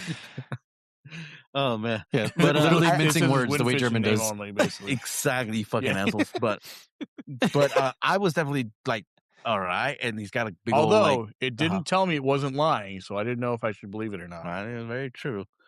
I wasn't expecting this. Everybody who talks about the windfish just goes like, not gonna lie. I'm not gonna lie, man. It's not wind or a fish. Not gonna lie. You're gonna screw things up if you wake him up. I know what I was gonna say. I'm not gonna lie, man, but I might disappear if you fucking wake him up. I might disappear. Oh shit. Oh good. But I was not 100%. I was not expecting the way he looked. I still was just like, I remember the first time seeing like, what the fuck is this? Dude? Because he's got like a dopey ass look on him too. I'm like, dude, this is the mystic being we've been trying to fucking awake. I'm like, all right. It's the fucking whale they rescued in was it Star Trek 7 or some shit? I have no idea. But there's a Star Trek where they go back in time, and because there's like a bunch of extinct animals, they kidnap a whale from San Francisco to bring it to the future. Are you serious? It's the only Star Trek movie I remember. I don't remember anything else. I really should remember the second one, Wrath of Khan, but this one with the whale. I was going to say, you remember Khan. Dude, the whole plot was like, we got to kidnap a whale from the past. Like, what the fuck? That's it, huh? Who thought of this? Oh man, but yeah, you know, the windfish tells you like, Link, you know, everything. Yeah, don't do it. Don't do it, man. But everything's a figment of my imagination, you know, or something like that. I'm tripping super hard right now. Oh man, but yeah, like, so this is definitely a heartbreaking scene because as you accept his offer or whatever you want to call it there, you know, and you see everything vanish, like one scene at a time, you know, like it's showing you everything go away. It's pretty heartbreaking in my opinion. As a kid, I was definitely sad. I was like, dude, like the little kids playing ball disappear, fucking, you know, Urahara, like everybody. It's a little sad. It was a little sad. That's his name, Urahara. Yeah, I don't know about you, but I definitely like was a little sad when this happened because they're like, dude, like this world that you explored and people you grew to know and help, right? Like you helped some of the people with their side quests and shit like that. It was not for nothing, but they're gone, you know. So I don't know. As a kid, I was sad. As an adult, I'm a little sad because this is a big journey, you know. It's not often you destroy a whole world to fucking, come back to life or whatever you want to call it, achieve your goal, right? Sacrifice many for the one. It really is, well, it brings up the concept of like, is this real or not? Like, did they matter? Were they just a dreams? Like, dude, do any of us matter? Right? Like, did we have to do this? Well, to wake up. Yeah. There's no other way to wake up. No, but I mean, well, for us to wake up, I guess, but could we just have like stayed? So does that mean that Link was dreaming about the dream fish that was dreaming about the world that Link was on? Unknown, actually. No. Link's not dreaming. He's stuck in the Windfish's dream. Everyone there is stuck in the Windfish's dream. Help me, step Windfish. I'm stuck. So I guess Link's goal is just to leave the island, but to do so, he has to wake up the fish. But it's like, were they all figments of the fish's imagination, or just other people got stuck there? I still think it was like Lost, and he's just dead. That's okay. They're not dead. So hold on, Noise. So could it be that the island is gone to you because you're awake, but the island still exists to all those who are stuck on that island? Like Marin, all those people have to wake up. Yeah, like they have to wake themselves up from that island. Interesting thought. Now, because that does bring up like at all, is the Windfish a real creature? Like you said, is the Windfish part of Link's dream, or is Link like in a coma, like in the River of Death in fucking Metal Gear, right? Where it's like Link is in the void between life and death, and the Windfish, i.e. Cesaro, exists, and he's like, hey man, like wake up, dude, go home, go back to your world, kind of concept, right? So I wonder, is the Windfish so like Link real ate or not? his death pill and woke up? He says revival pill. Yeah, revival pill. Revival pill. That's what it was. Yeah. but nonetheless, this is Link's Awakening, Chris. A very good game in my opinion, especially like for a Game Boy. I mean, it's fucking epic. I mean, it's pretty darn good for what they did, what they got out of that little fucking Game Boy. I don't know how many graphics does the Game Boy have. What is it? 8-bit? It's 8-bit, no? Game Boy? The OG one is the regular is 8-bit. Yeah. Damn, yeah. Oh, wait, no, wait. I don't know, actually. No, I don't know. I'm looking at it right now. Old Game Boy bit says 8-bit, maybe? I don't know. They gave me a bunch of dumb shit. Hold on. Yeah, summary. Yeah, and that's just that hell shit. How do I ask you? What kind of graphics is? How many bits? How many bits did the Game Boy processor have? How many bits did what's Game Boy here? 8-bit. Yep, it was 8-bit. And the color? The color had to have been 16 probably. Oh yeah, at least, yeah. I'm looking at it right now. Color. Oops, that's not how you spell color. Color. No, color says 8-bit as well, dude. Okay, so then it's just the graphics processor that I guess. Yeah. Well, it's color as opposed to grayscale. Yeah, I think that's the only difference. 4.1. Okay, 4.19 I guess that's true, because like the processor itself doesn't have to be more bits. It's just it just had a new graphics chip on it, just like PCs nowadays, right? Like our processors are 64 bits, but our graphics processors do a whole different job. Yeah, basically, which is crazy because like graphic card processors are like 500 or 256 bit GPUs, and like maybe more now. Like who knows? That's why we're using them for AI. Everybody, woo! Hooray! Yay! But yeah, so then I don't know about your guys' version, but in mine, you're just sitting in the water. You do see like the whale. I guess it really does exist because the whale is fucking in the air. Yeah, shut up. It literally pulls a free willy because Link looks up and then the whale's like jumping over him. It's like just so it pulls a free willy. Flying. He has wings. I guess so. You're right. Oh yeah. But yeah. Okay, Michael Jackson. I know. That's it. That's Link's Awakening. Yeah, I love this game up until the very ending. Really?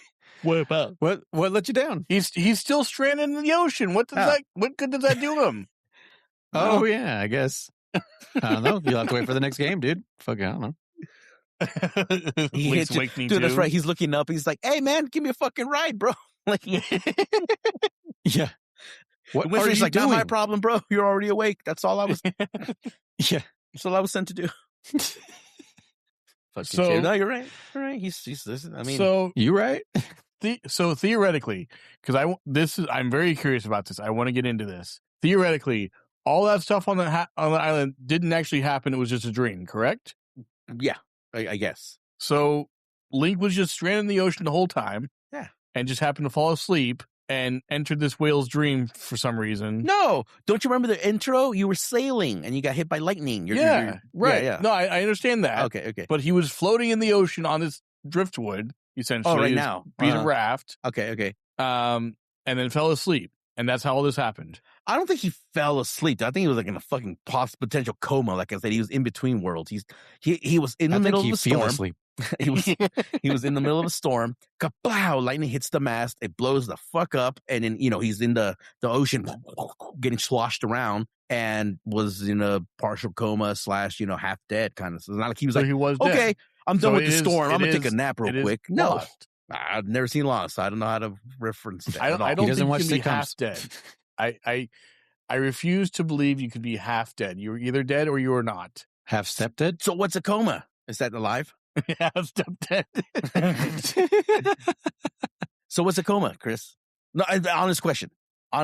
Is a coma? You're in a vegetative state. You're still alive. You're still alive. Yeah. You just Body, need. But we don't know anything about the support. mind. We don't know anything about the mind. No, comas. Well, comas don't always. We do know, yes, because people have been in comas and come back and said, "I've heard this," or "I knew about this happening." So he was in a coma then. There you go. But that's not half dead. That's a coma. Okay, that's why I'm correcting you. He was in a coma. I was considering half dead being like a coma, but if that's what works for you, then he was in a coma. Fair. All right, he was in a coma. All right, that's fair. Yeah. So it's a spin-off of Lost. Instead of everyone being dead, they're in a coma. They're parallel to each other. Yes. I'm not going to comment. I don't know anything about Lost. Nothing. I just know people hated the ending. I think that's all I fucking know. Chris is just fucking. He's baiting me. He's rage baiting me right now. I am actually, yes. But yeah, unique features. Jump is an incredible feature. I'm glad it'll be in every game going forward, Chris. So I'm doing that thing like in Monster Hunter where you go fishing, you can like barely tap the pole and like chase the bait just a little bit. Yeah. Noise. Come on, noise. Taunting him. Bite. You taunting him. Yeah. Nope. I'm not gonna bite. I'm not biting. But you get to jump. What other mechanics were in this game? I think was it just a jump, right? Well, jump was an item. Sure. It wasn't jump. Yeah. Well, it was an item, but I mean, yeah, that's not a jump. It's not a mechanic, I guess. Yeah, you have a rock jump. You're basically temporarily flying. That's true. You're basically temporarily moving your X and Y coordinates. That's all you're really doing. Your coordinates, actually. Huh? Your Z.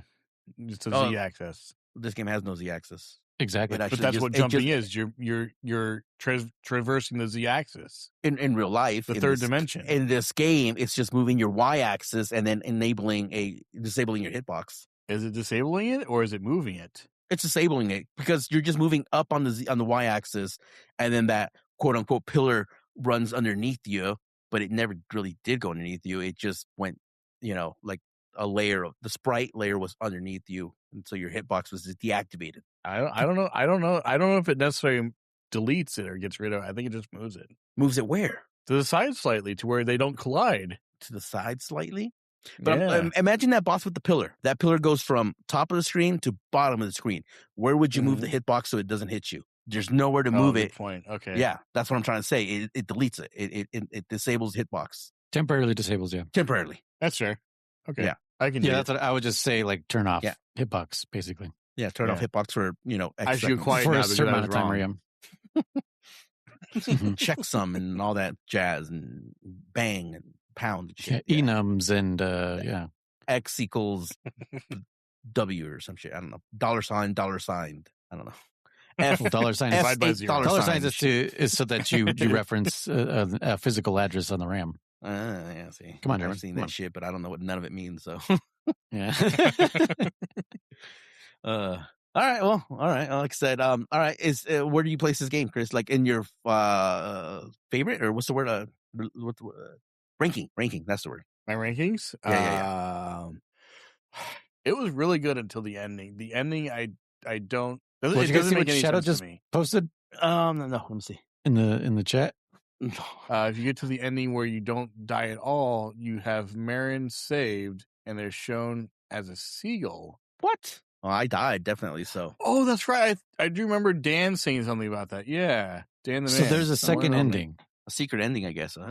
Yeah, Everything must play the okay. same except for she's a seagull. Does she have a little flower? Does the seagull have a little flower? I thought I remembered seeing something like that, but I couldn't remember. I thought it was maybe just because I'm playing the original version, not the DX or the remake. So I thought maybe it was just exclusive to those. As a seagull, versions. does she believe she is the windfish? Question is she annoying like a seagull, or does she have like human? How are seagulls tendencies? annoying? Oh my god! How the fuck are they not annoying? Mine. They're rats with wings. No, those are pigeons. Those are pigeons. Seagulls are. I would argue a seagull's more annoying than a pigeon. A pigeon, I don't know, rat with wings. I guess maybe because it's New York or Are whatever. rats annoying? Fuck yeah, they are. How are rats annoying? I don't have any rats, but I did. You did. Not pet rats. Not pet rats. I'm talking about fucking street rats, Chris. I'm talking about fucking a rat out in the fucking middle of the woods or some shit like that. Like they'll kill you. Wood They'll rats. eat you. A rat in the Wood middle rats. of the Yeah. woods? Well, there's rats I out don't there. think rats don't live in the woods, dog. Yeah, they do.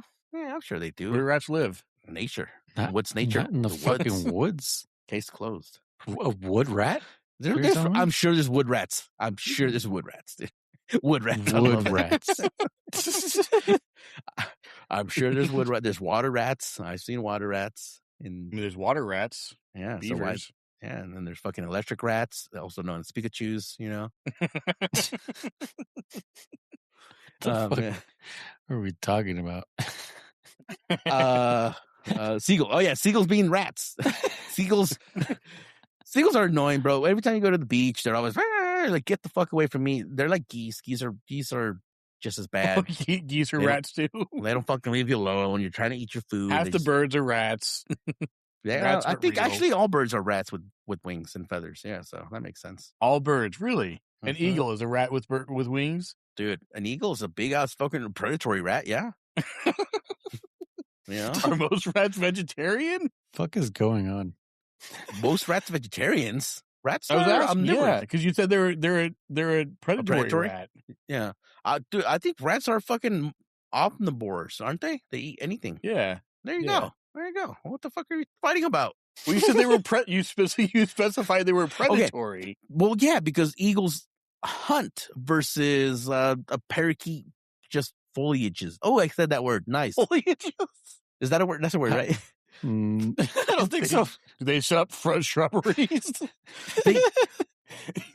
Like a parakeet and like your average bird forages. That's the word. Forages. Damn, I was close. They forage for nuts, the berries, and little insects and shit like that. You know, an eagle or a hawk, they hunt nuts and berries. for shit. You know, that's how that What, works. so you can't hunt nuts and berries? I wouldn't call it hunting. No, Why? because then our ancestors would have been called hunters, but they're called hunter gatherers. You don't hunt berries; you gather them. He has a point there. Well, it's because we don't call it that. But what do you think the people that are hunting them feel? The people that are hunting the berries, they I think if you consider hunting you a just berry, said hunting for berries. if you consider hunting for berries, if you consider going out for berries, hunting, go for it. I'm not gonna like take it away from you. That's fine. But I'm not asking about people. I'm asking about animals. Animals would consider it hunting for berries. I think they're just looking for them because the berries aren't trying to escape. The berries are just sitting there, so you're looking for them. Now, if the trees moved or something like that, you know, if the trees actively like try to run away and protect their precious berries, then you'd be hunting for berries. Okay, so what about with like anglerfish? How they have that little light thing, right? And it attracts other fish. Do you think the other fish are hunting the little light? Ooh, good question. I want to say moths yes. Are hunting flames. That's different. The monsters attach you to flames. That's they're not going to the flames to eat them. It's a different. That's a whole different science here. But let's go back to the anglerfish. The fish that's going towards that angle, that little light, is going there to eat it. So it is hunting that light because it thinks it thinks it's probably like I don't know. Again, edible. And I know you're saying, well, berries are edible. So. But wait, what the fuck's the anglerfish? Okay, the fish that's hunting the anglerfish is the fish that's going after the anglerfish is actively hunting or is he's searching for food? He's searching. He's not hunting. He's just like, oh shit, there's something that's attractive. Maybe it's food. What's that over there? What's that? Yeah, what's that over there? Huh? What's Just that? a box. What is it? Just a bright light. Let's see what Shadow is saying. He's saying ostrich is a huge rat. Yeah, he's the fucking capybara of the birds, man, of the rats. Ostrich. Yeah. You forage for berries. Berries use the windfish to escape. Erock says, isn't not hunting it? Aren't they attracted to it? It's not hunting it, they're attracted to it. Yeah, they're just kind of like, what's that? Yeah. But yeah, fuck seagulls. Fuck the geese. The point is, fuck seagulls. German is birdist, apparently. No, I actually do like birds a lot. But except for most of them. Except for the ones that piss me off, yeah. That's a lot of them. So what does it take from a bird to piss you off? I'm curious. And does it take multiple birds for you to hate the whole group of them, or is it just one? I think this is gonna sound super funny and interesting or dumb. That's the right word. It's kind of I get it. They're animals, but it's that lack of personal space kind of concept. Again, I'm at the beach. Most birds leave me the fuck alone. Seagulls and geese do not, because they want to come fuck with you. Because they want. Every time you go to the beach, you're just crowded by seagulls and geese. That's what you're telling me? I'm not saying I'm crowded, but they do come. Dude, do you not go to the beach up here in Tahoe? Are they going to you or are they going to your food? Well, to my food, but where's my food? With me. Am I right? Right. Am I eating? But they're hunting for food. They're hunting for Doritos. No, they're gathering. They're gathering chips. Okay, they're gathering. They're Fine. gathering All right. chips. There's the hunting gathering your food you just happen to have. So they want your food. So if you weren't near food, they wouldn't bother you. Food. So it's your fault for bringing food. I won't lie. That's very true. You're very true. Because there's times where I don't go with any food. Yeah, they leave me the fuck alone. I am very true. But I that is you ask, what is it that bothers me? Is like, yeah, when I'm trying to eat, leave me the fuck alone. Because again, blue jays don't come after my food. What other birds up here in Tahoe? Blue jays? Fuck blue jays. Yeah, they're fucking dickheads. I don't know. Crows swoop at your ass for no reason. I had crows swoop at me all the time too when I was younger. I don't know what the fuck I did to them. I didn't do shit to them, but they would attack me, dude. You must have done something because they know. They remember that stuff for generations. That's what. Again, so there must have been one time where you threw a rock at a tree. I must have either that or I one of looked them, like someone else. They know, dude. They remember that stuff forever. I know. They will go after you. That's what I've been. Mm-hmm.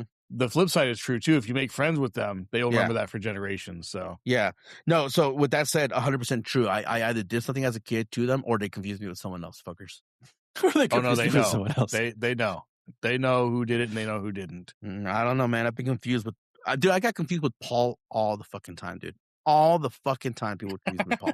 So Paul must have seen the birds are racist, and Paul used to live near where I did, and he must have done something, and they fucking confused me with him. Yeah, 100%. Oh man, but yes. So to Chris's argument there, yes, if I didn't have any food, they would leave me alone. They have a proven fact. But I do go to the beach, and since I do want to bring a chips or soda or a sandwich or some shit, and they're like food, like go away, fucker. This is my food, and and then we get into a fight. So ready, fight. No. Again, you just made me think of this line. You made me think of this line that happens in Scrubs, where the janitor talks about how he got into a fight with a duck, and they both took their shirts off to get into a fist fight. It's like there I was with this duck, shirts off, just ready to fucking. It's just like, wait, the duck was wearing a shirt. Like, what's going on? This is a ridiculous line. Well, that's funny, but yeah. So you said up until the ending, it was pretty high. So what? Here's what I was going to ask you. Then we started talking about other shit. If he had awoken on an empty island, would that have been better? Because I remember when I first beat this, I thought that's what was going to happen. I thought he was going to wake up on the beach, and then like the island was going to be there, and it was just going to be like nothing, just uninhabited island. Not necessarily, because in the beginning, what they were saying was that the only way to escape the island was to awaken the windfish. Awaken them. Okay. Uh-huh. And then as it goes, you discover everything's going to disappear. So then I'm wondering, like, where are we going to be left at that point? Is it going to reset to the storm and like it's still, you still get struck by lightning or whatever, and you just go from there. I don't know what I was expecting the ending to be. I don't think I had necessarily considered that, so I don't know I don't think it would have been a better ending if he had just was stranded on the island alone. Okay, but then could like find his way off or something. I don't. Maybe that would have been better, because at least then he would have some sort of like there's resources on the island, food, water, whatever you can get. Yeah. I thought I was gonna awaken on the island, or I thought I was gonna ride the fucking the windfish. I remember thinking like I was like, oh yeah, we're gonna get on the windfish and get the fuck out of here, Yeah. So because I also was like, why don't we just build another raft? But I'm like, all right, whatever, it's magic or some shit. I can't, But I was like, oh, we're gonna hop on the windfish and get the fuck out. But nope, that's not what happens. Yeah, because essentially you're just stranded out in the middle of the ocean at the end of this. So like, what did you do? Does you just wait until someone comes to rescue him? I mean, he is the hero. He can probably find a way back home or some shit. Maybe he wasn't too or he far dies from land. and he just regenerates later, or not regenerates. Very good point, Chris. Very good point. He could fucking die in the ocean. You're absolutely right. There's nothing saying that he doesn't die of fucking dehydration shortly after this. So yeah. And then that leads to Wind Waker. That leads to Wind Waker. Yeah, that's my theory. As far as timeline, this happens before Wind Waker. All right, I like it. So speaking of which, as far as after though, Well, I was going to say, speaking of which, where do you place this in your timeline that you've definitely written down by now? Yeah, absolutely. So this happens after, I'm going to say not Zelda 2. Shoot.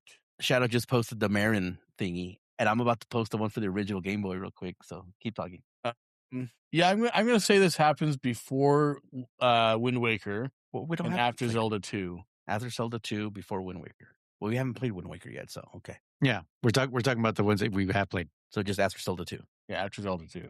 Okay. It's kind of off its own little area right now. Oh, I like that. That's it's a piece that's in the puzzle. I don't have the other pieces yet. Yeah, we'll say that. Dude, so Shadow just posted what it looks like in the Game Boy DX and the DX version, and that's pretty cute. I love it, right? Dude, in the original version, the Game Boy one. Yes, dude, she literally just. I'm watching gameplay. I watch a YouTube video on this. Dude, they just added wings, flapping her fucking wings, and actually gave her the seagull sound. It's fucking stupid. What the fuck? Holy shit! I never saw that as a kid ever. And as far as the game DX version, I don't remember if I ever got that one. I mean, I want to say I haven't. So. That is fucking hilarious, dude. That's so funny. Oh, shit. Oh, man, that's hilarious. Oh, shit. Oh, all right. So after Zelda 2. All right. I like it. And I'm sorry, one more time. It was pretty high up, but now it's where? In your favorites? Is it worse than Zelda 2? Oh, my God. You're going to, just because of the ending? Oh, that's it's not worse than crazy. Zelda 2. I was going to say, damn, Chris. Well, we know it's the opposite for you, Noise. Zelda 2 is Zelda 2? Zelda 2 is I'm going to say it ranks third. Better than Zelda 1, I would assume, right? For you? Yeah. Okay. Yeah, better than Zelda 1, but Link to the Past is still number 1. No. So it's Link to the Past, Zelda 1, Link's Awakening, and then Link, Adventure of Link. No shit. Okay, so original Zelda is better than this one for you. I like that. Yeah. Awesome. It like I said, if it wasn't for that ending, it would have ranked second, I think. Okay, and nice.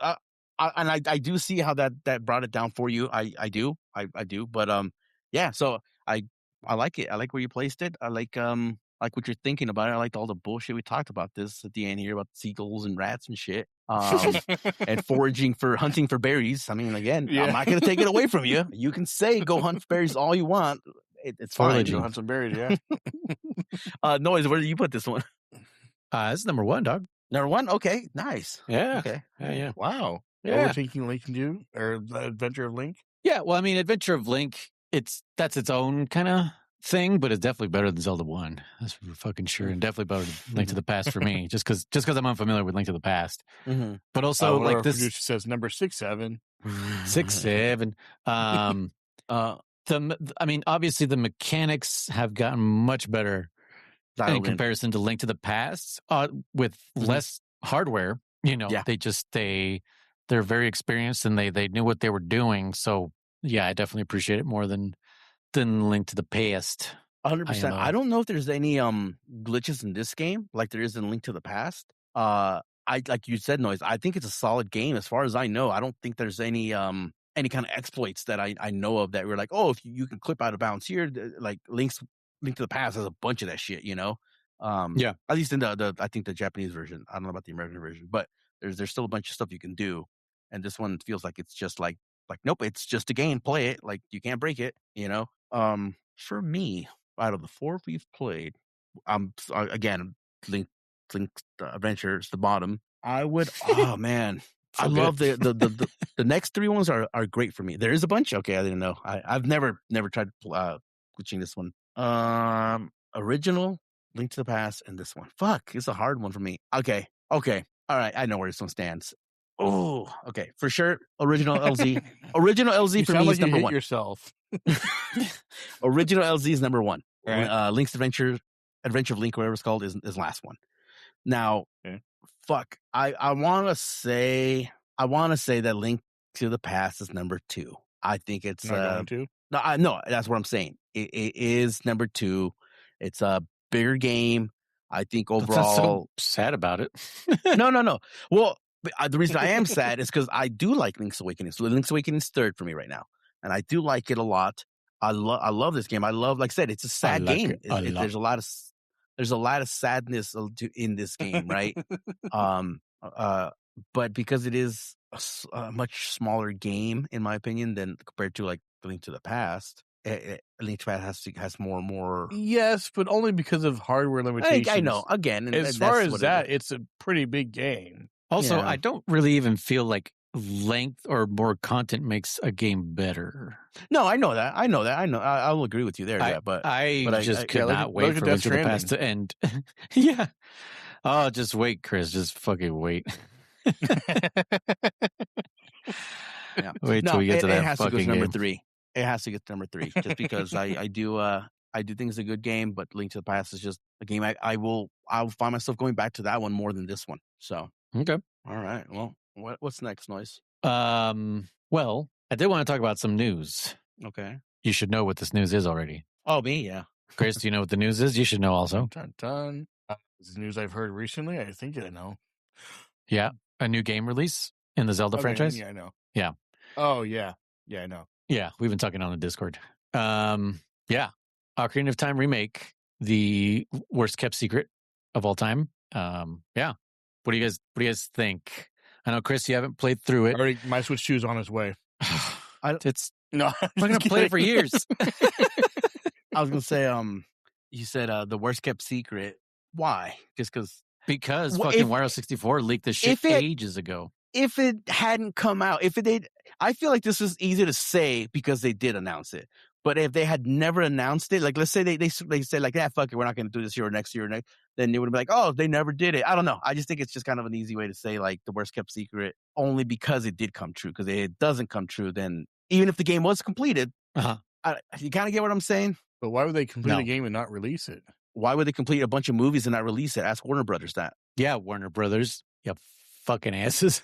Chris, there's like tons of bitches. games that get completed and never get released. That's just kind of what happens. But Like Star Fox 2. That's dumb. because like I said, everything's a Well, I'm rumor just saying, until like- it happens, and then like Right, but the people who were leaking this information were like trustworthy sources. Reputable. Yeah. Yes, reputable. Thank you. yeah, So it was just like, I know, okay, but it isn't the first time trustworthy information never happens too. So no, I get it. But yeah. But anyways, so in my opinion, worst kept secret. no, No, that's not true. Shadow. Silent Hills was not on its way to being finished. The game hadn't even which begun one? Kojima? pre-production. Kojima? Yeah. Yeah, I don't Kojima know. Silent Hills. It hadn't even entered pre-production. Like the only thing that we got was a trailer, the PT that wasn't even going to be part of the main game. Then we got a teaser trailer that used assets from Phantom Pain. Actually, it used Chico's head. I don't know if you remember that, German. The Chico's head? other No. trailer. Yeah, there's an actual like video trailer where there's like a giant arm like chasing you down the hallway and like toys being all crazy, but like they use Chico's head as like a prop. But yeah, shit. they hadn't started anything. Like as far as like coding anything for Silent Hills, nothing. It was well, funny enough, it was just Phantomware. Like it sucked. If it was already on its way, like that would have made me more sad. But I think it was the fact that it wasn't was kind of easier to let go. But the thing that made it hard is that the announcement came on April 1st of 2015. And it was like, Kojima's such a fucking whore for April Fool's jokes that it was like, really? On this day, you're releasing this? Yeah, I still don't believe it. It's 2026. Give me my Silent Hills, bro. It's 2026. I still don't believe this fucking Metal Gear Solid 5 is, the full game. I still think we're getting the real game tomorrow. Yeah, and Kojima will be cool with Konami. They'll be shaking hands, and it'll be a good game. He'll be like, "Hey guys, remember that open world game I made? That wasn't the real game. This is the real game." Ah, thank you, sir. Yeah. Anyways, Thanks for putting us through that shit. Well, I know how you guys feel because I've read a little bit of the Discord. I know how Chris feels. I'm 90% sure I know how Noise feels. I'm excited and scared at the same time because it can go either way. It could be one of those things where it's like we talked about this before. I think with the other stuff where it's like if you do a 1-for-1 and don't add this is anything else the MGS Delta situation. Yeah. That's the conversation. You're right. Because I was literally thinking, what did we talk about this? But yeah, if you do a 1-for-1 without adding anything extra to it, is it like, do I want to? I can just play the original. Why the fuck would I buy this new one? Right? Especially me not being a graphics whore. I don't give a fuck about the graphics. So I'm like, it looks new and there's no more load screens. Awesome. I'm still going to play my 64, my OOT 64. It's going to be open world German? What do you think? Do you think it'll be apparently, maybe. apparently. But, and if you add too much, then can you add more that will ruin the game? Like, cause someone was mentioning is like, oh, well, they add new dungeons, but someone made a stupid comment in my personal opinion. Again, it was just he's like, oh, well, if they add new dungeons, then they're going to throw off the whole balance because we already have all the medallions. They're going to have to create new medallion. Like, no, you fucking don't. Just add a new dungeon. You don't have to put a medallion or a fucking stage behind it. Chris doesn't know what I'm talking about, but don't worry about it, Chris.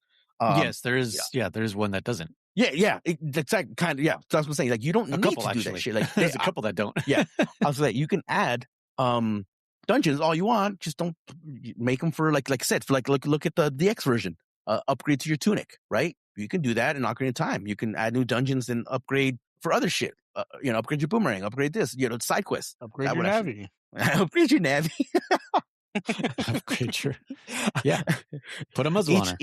Exactly. Each extra dungeon you complete shuts her up by 10%. Yeah. No, actually, Noise. Now I'm like, there okay, better be a volume slider for Navi. I'm definitely excited to think that base game, but then there's this cool hard optional dungeon that you can defeat, and it will be an upgrade to the bow, and you're like, oh, I'll take that, or like an upgrade to I'm not trying to spoil stuff for Chris. He'll forget as soon as I'm done saying it, but regardless, I've already forgotten. You haven't even said exactly. It stuff like that. I would take that, but I'm like, yeah. But I again, with that said, I do love Ocarina of Time. Just to let you know right now, it will be my number one when we're done with this. It is my number one. If they added more to the lore, but all of a sudden now we are going to add 6 more sages and 20 new medallions. I'd be like, fuck you guys. No, leave it alone. Add dungeons, but don't add. But they add towers that you have to activate to explore new regions. You don't need to activate towers to explore new regions. He's talking about Breath of the Wild. I know, but you don't need to activate the towers to explore new regions. You can just go explore them. The towers just for your map. It shows the regions. Sorry, you're right. Yeah. You did. But if you want to play, you can't move on without activating the first one, which activates all the rest of them. You can't leave. You can't leave the what's it called? The Great Plateau. The plateau. Yeah, I think is the plateau. Without I don't remember, but nonetheless, like I said, you don't need to explore them. So, that's a whole other game, Chris. We'll bitch about that when we get to that one. 900 Korok seeds to collect, and only half. We'll bitch about that when we get to it. I'm with you. You're acting like I'm gonna defend the Korok seeds are very essential to the game. No, it's bullshit. They're fucking stupid. But at least it's more than Metal Gear Solid 5 has. What about a $70 DLC for Metal Gear that Solid game? 5 had nothing to do in the world. There was nothing to fucking look for. Anyways, I don't need a soundboard. I got German right here. Yeah. No. Again, here's another one. Again, I love these games, but I fucking hate them. 128 shrines. Stupid. I'd rather take 8 well-built dungeons. Fucking assholes. Yeah, seriously, Christ. I'd rather 8 well-built dungeons than 130, 50 shrines. Stupid. I did like the shrines. The dungeons were lacking. Anyways, I don't know. I'm scared. I will say that. Obviously, I will be looking at it. I will be the first to say I will buy it. I will buy it and I'll play it. I don't know if I'll like it. Do you already have a Switch 2 or are you going to get one? I'm going to have to get one, yeah. Like now, right as the game comes out? Questions. Huh? You're going to wait for the game? That's the question is, should I buy a Switch now and then not play it? Because you're looking at a minimum of $450, by the way. Yeah, I know. It could go more. It could go higher, right? Between now and November, or at least we think November. Or should I wait for that special edition? But then I won't want to open that one. So, or the fact that, like, let's just say the special edition sucks. I'm like, that's ugly, and I don't want to buy it. But then by then the Switch are now $500. Like, fuck, I should have bought it when it was $450. Well, the cheapest you can get it right now is $450. That's where, but most of them are $500. Yeah. Ooh, yeah. So, anyway, that's where I'm at. But yeah, I will buy the game. Or if we wait a couple of years and they release the Switch 2 OLED. Nah, yeah. I again, because remember, I love my graphic horrors. So no, I don't give a fuck, dude. I just will play the Switch. No, the OLED is not graphics. OLED has nothing to do with graphics. I know. Yeah. But same concept. I don't upgrade for that. I don't upgrade for the screen size or the buttons. You have a Switch 1 OLED? I do. I bought it for not to play it just because. Oh no! My Switch 2 OLED, I got it from the arcade. I got that. I traded my tickets for that guy because I was going to sell it to buy something. Care about it. But I'm not playing with it. I bought it because I knew it was worth more money to sell than a regular Switch. And have you sold it? It's in the box that sell. I haven't sold it. That's what I was going to say. I was like, I'm going to go sell it so I can buy the Switch 2. That's my concept. I have a box. I have a box with stuff that I don't care. So he was already thinking back then, I'm going to keep this and sell it so I can buy a Switch 2. So I can buy stuff for sure. But that box that I have to sell, it's games that I don't care about, stuff that I don't care about, shit that I've collected throughout the years from garage sales and here and there. And one of the items is that Switch OLED. I'm like, I'm not going to open it. I don't care about it. So I might as well sell it right now that it's new. And the point is, I was like, I think I have about $500 in there. I could probably buy the Switch 2 with what's in that box. I'm probably going to do that. You didn't care about it. Why'd you get it? Because I had arcade points and there's nothing else to get. I'd already bought my PS5. So I was like, oh, I guess I'll just buy the Switch 2. Because it was what else am I going to do at the arcade? Get fucking candy and Chinese finger traps? Why not? At least you care about those things. I don't give a fuck about candy. I don't need candy. That's like going to adopt a kid. Oh, I have the money in time, so I might as well just adopt a kid. I don't care about it, but I'm going to. That's not the same. Chris, you're really not. It's like, why would you adopt a kid? I don't want a kid. And I didn't want the Switch 2. The truth is, the Switch 2, the Switch OLED, I could have used it. I just didn't care enough. Originally I was going to upgrade. I was going to open it up and transfer all my files. And then I realized you had to do a lot of stupid shit to transfer it. And I'm like, I'm not doing that shit. So I just kept my original Switch. I still play with the broken Joy-Con because I'm like just too lazy to fucking send it in to get a new one or replace it. I just deal with that's another reason I don't want to get the Switch 2 is because they still haven't fixed that issue. Yeah, they're using the same fucking joysticks. But anyway, so frustrating, this company. That's for Pixel Benders. That's for Pixel Benders. We're talking about stuff. So yeah, anyways, that's where I'm at. I don't know about what you guys said. I know where Chris stands. I know where at least I feel like I know where you guys stand, but I will buy it. I will play it. I will unfortunately, more than likely enjoy it. My relationship with Nintendo destroys my excitement for this game. I want to be excited for this game, but Nintendo does shit like what you said. Just being able to transfer shit to another console shouldn't be like that. Like I have a son now, and I'm trying to do like parental controls for screen time. The parental controls don't even fucking work like how you think they would. No. How do you think the parental controls should work? You put a code in on the Switch and that's it. But I mean, like, do you have multiple profiles and stuff on one Switch? How do you think the parental things should work? That you have a adult profile and a child profile. And the child profile, you can set limits on how long they play or what games they can play. Yeah, right? That's how it should work. But no, it locks down the whole fucking Switch. The whole system. Yep, I know. The whole system gets locked down. Wow. And then there is no so they expect you to buy a separate Switch for your child. No, you just have to fucking unlock it every single. Yeah, exactly. They want you to have a second Switch for your kid. Yeah, exactly. Yeah. And this kind of behavior is what like I as soon as I saw the announcement, I was like, oh sweet. Like I was excited. I was like, yes. And then everything else rushed into my head, and I was like, no, I hate this. I hate that this is happening. And you know me, I'm a fucking negative noise over here. And I'm not going to buy a Switch 2. I will play this game, but I will not buy a Switch 2. By the time we get to this game, it will be available elsewhere. So that's basically what I'm going to do.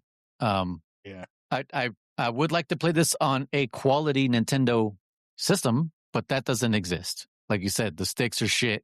I shouldn't have to buy a fucking third-party controller just to enjoy my goddamn console. You know what I mean? Well, good luck getting third-party stuff for Switch 2.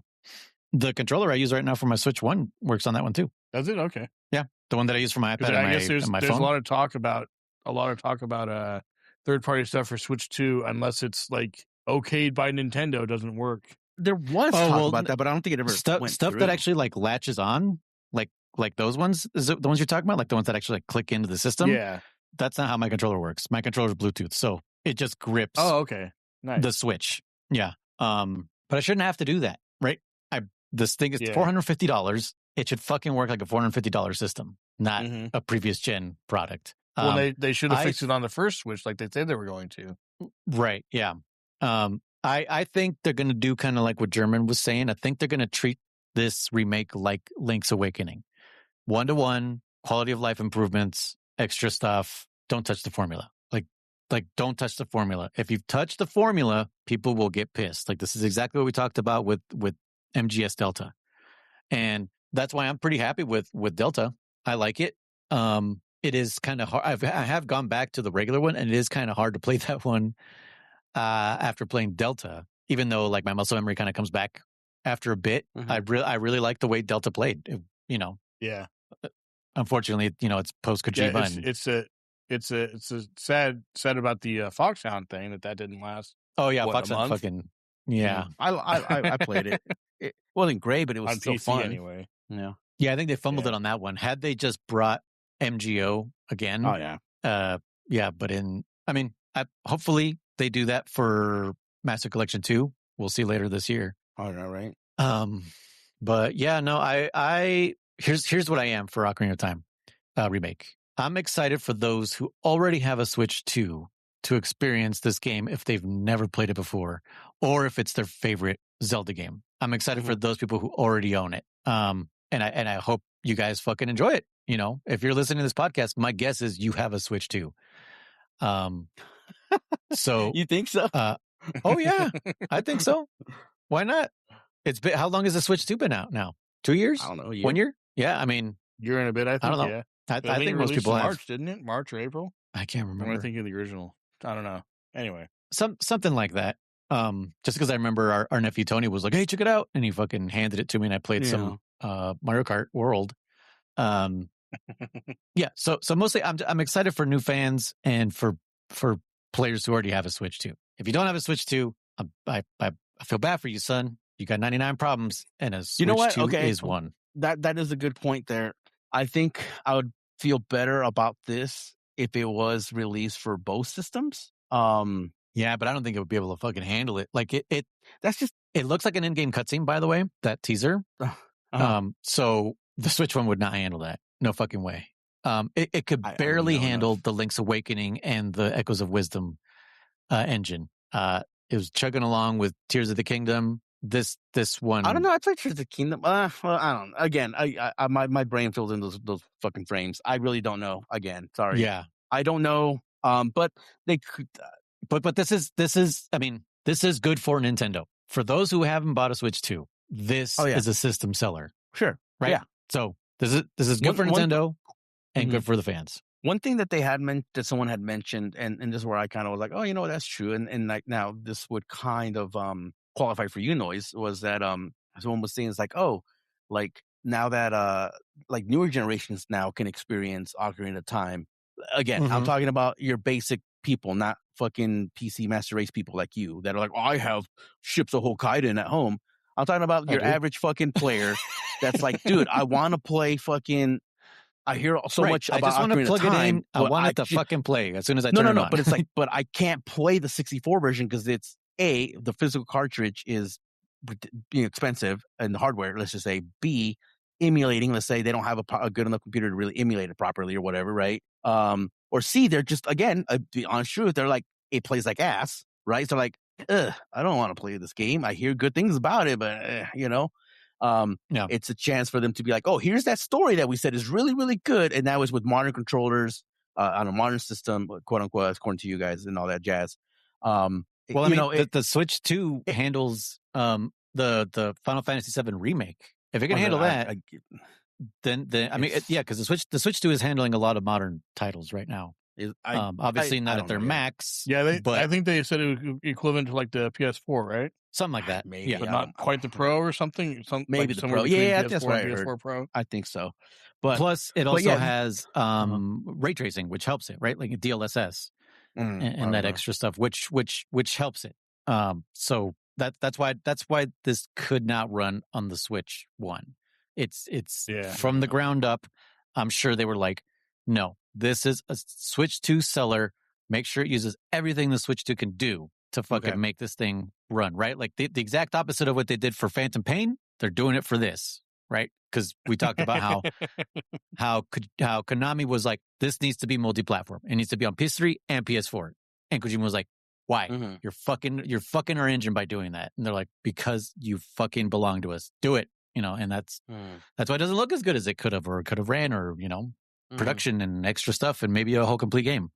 But go on. So like I said, we'll see what happens. I do think I will play it. Like I said, I won't wait 2 years because just the way this podcast is going, I'll be playing it. And if it's good, I'll be playing it a bunch of times. So, somebody was saying like, oh, well, they have the Master Quest on there. I'm like, I would love Master Quest. I would love again, they should have that. There's a lot of shit I love, and I also know that there's also I know who Nintendo is. I also know that they'll be like, nah, or something stupid, like you have to beat the game, and then fucking download the DLC or some shit like that, in order to do the Master Quest or something like that. But I guess I'm still haven't been destroyed by them emotionally so hard that I don't have faith in them. Every time I'm like, dude, it'd be so cool if you could just switch, like, oh, it'd be cool if they did this, and then they don't do what you want them to do, and then you're like, God damn it, you're like, well, maybe next time. Oh, maybe next time.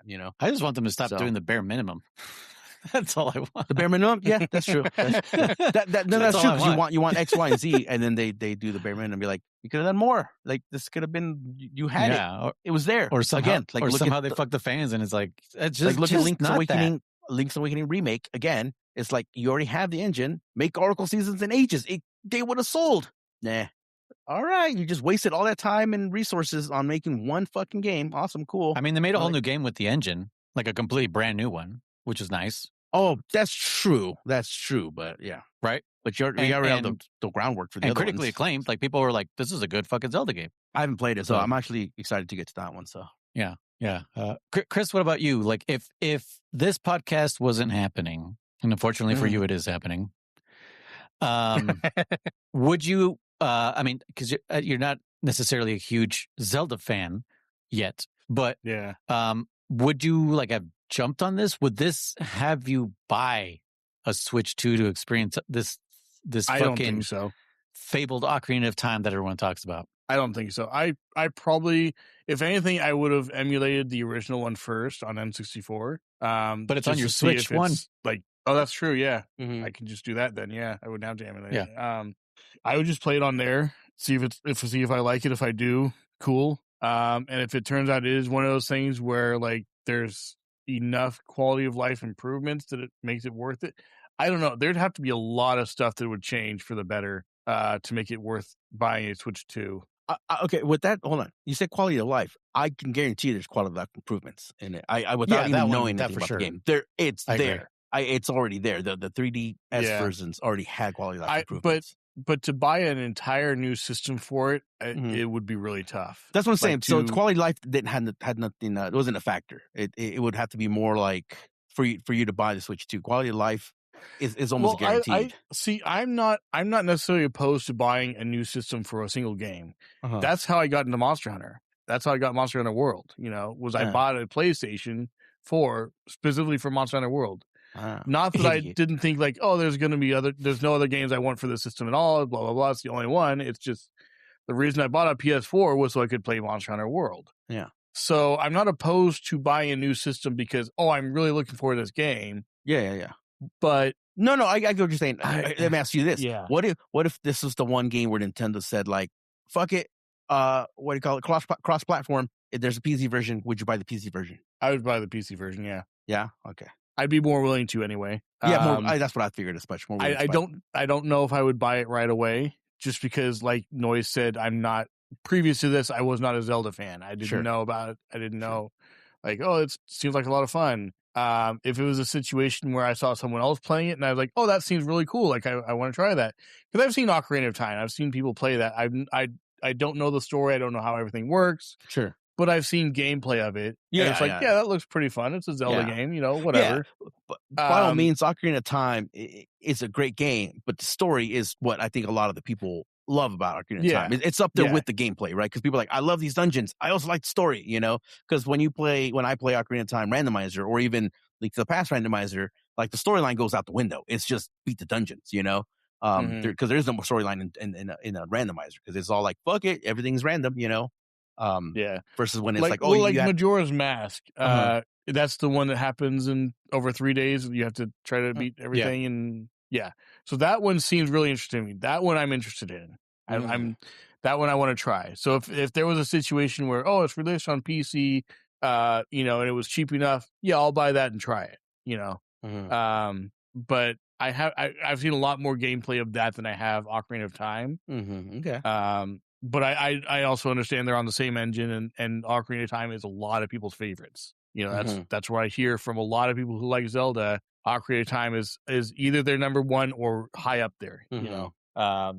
So I'd be willing to try it. I would if it was on PC. If there was a PC release of the new version, the remake, I would probably be at it to try. Yeah, you'd be more willing, absolutely. No, because that's what I'm telling you. I don't want to buy Switch 2 just to play it. I wish there was a version for Switch 1. I'd play it. I wish there was a version for the OLED, and then I'd bust out my OLED and play that one. But I won't have to buy the fucking Switch 2 or borrow it from Tony or something. Yeah. Now, how much do you think this is going to cost? Oh, it's going to be at least $70. It's going to be $70. There's no way it's not. You don't think it'll hit the Donkey Kong Bonanza price of $80? It might be $80. Our producer says $90. $89.99. Ooh. In 6767. They should. With just Link with doing that the said, hand like Chris. Yeah, on the cover. if you do this hand gesture, you get it for this price. Oh my god. If like Chris said with Delta, like for what's in it, was it worth 70? No, it was not worth 70. Absolutely not. No. Thank you, it's a good Patreons. game. Thank it's you. nice graphics. Yeah, it's not worth 70. Ocarina of Time, if it was just basic port over, like 70, I'm like, yeah, I know it looks nice, but I'm also like, I don't know if I want to pay 70 for it, That's now good. if it It's had going to be at least that much on Switch too, though. Huh? It's going to be at least that much on Switch at least. too. I know. There's I no don't doubt think about it. it'll be That's what I'm less saying. than 80, dude. So if it's I 70, think it'll be 80. Well, 70, 80 doesn't matter. 7, 8, just the new one, 7, 8. If it's 70 or 80, 7, 8. 70, 80. if it's 70 or 80, to me, 70, 80. 70 is close enough to 80 where it might as well fucking be 80. That's why I'm not seeing a big difference when you're like, it's It might as well be 100. 70, 80 is the same $100. Shit, it's so close to 200. 70, 80 is the same shit. No, 70, 80 is the same shit to me. They're the same number to me. Same as much as the Switch 2. And it's the same fucking number. 70, 80 is the same number. I mean, if you were to say 60 or 80, that's a big difference. It's like 70. It's going to be 70, 80, same shit. Same fucking shit. Anyways. If it's going to be 70, 80. So what about 69 and 80? 69 what? 69, 80. 80. 80? Ooh. Because of that 6, it makes it look That like it's a $1, bigger that jump. extra It's one away from 70, so it might as well be 70, so it's practically 80, right? Yeah, I know, but you're already doing a In bunch. that case, 60 is basically 80. No, but that's double. It's only 10 away from 70, so it's basically 80. You can't do, no, it only works once. If you do double, then that's not right. It only worked once. It only works once. 670 is pretty damn close to 80, so it's might as well be fucking. It's so the same number. 69.99. It's close to 70. Okay, so 69.99 is 70 because it's so close. But then you can't use it again flat and say, well, 70 is still close to 80. No, because you already jumped from 69 to 70. You already made that jump once. Okay, but anyway, so 69.99 is not 80. No. It's 1 penny away, but it's not 80. No, What it's about close to 70? Is it 79.99? 79.99. What about that? Where is it close to 79.99? It's a 69.99. Yeah, 69.99 close to 79.99. Oh, that's a good one. Yeah, I guess so. But it's not 80. 80. But it's not 80. No, it's not 80 though. It's not 80. But it basically is. So how But you is can't do 70 double. basically 80? But Because it's only one leap. 79.99 is Because not it's 80. only one leap. 70 is close to 80, so you say might as well just call it 80. 70 is But one. you can't 70 say, is more than one leap. But you can't say 69 is close to 70, therefore it's close to 80. Because you did 2 jumps of logic. But you can say that. Well, I mean, I don't, because it's 2 jumps of logic. Only 1 jump of logic.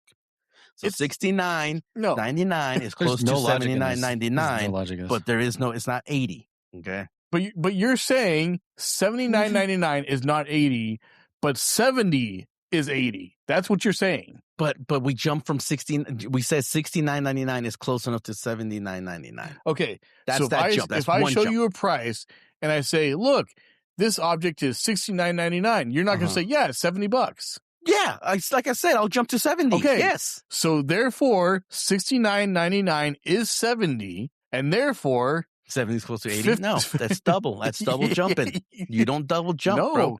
No. It's 1.5. It's one in like a 10th jump. You can't double stamp. It's like a jump and you trip a little bit. You can't. No.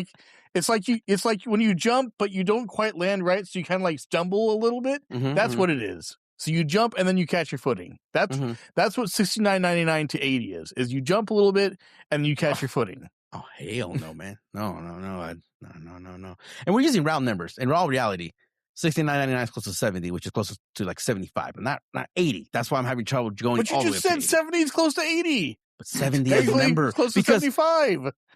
You're switching your logic. Because 70, it's not 70. It's 70 plus fucking taxes and all that shit. So you, again, like all that. Look, man, you know where I'm going. You're just doing it for the games. The difference between $69.99 plus tax and 70 plus tax is 1 cent. Right. So how is it not 80? Plus tax is close to 75. Okay. 70 plus tax would be 75 plus 1 cent. Close to 75 plus 1 cent. Plus 1 cent, which is closer to 80, is it not? It's 1 cent closer to 80, yes. Closer to 80. The other one's 1 cent further. That's it. Case closed. 1 cent closer to 80. So the 1 cent, is a divide.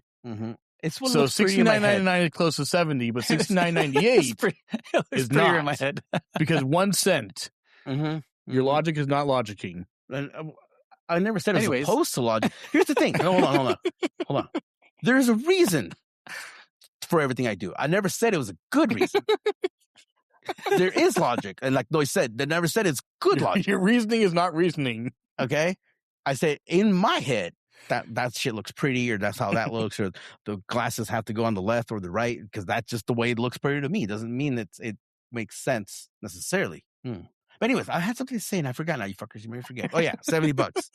70, 80.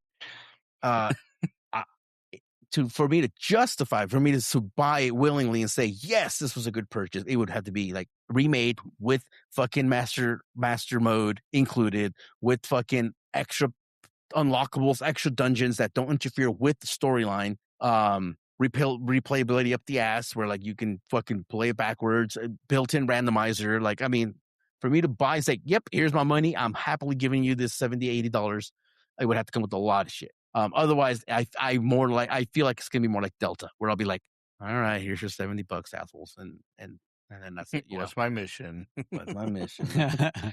Yeah, actually, it's more like here's my $60. Here's my $70. Leave me alone. Or still is actually. Yeah, it really was. Yeah, the little Dompe thing they added on there, it was not worth.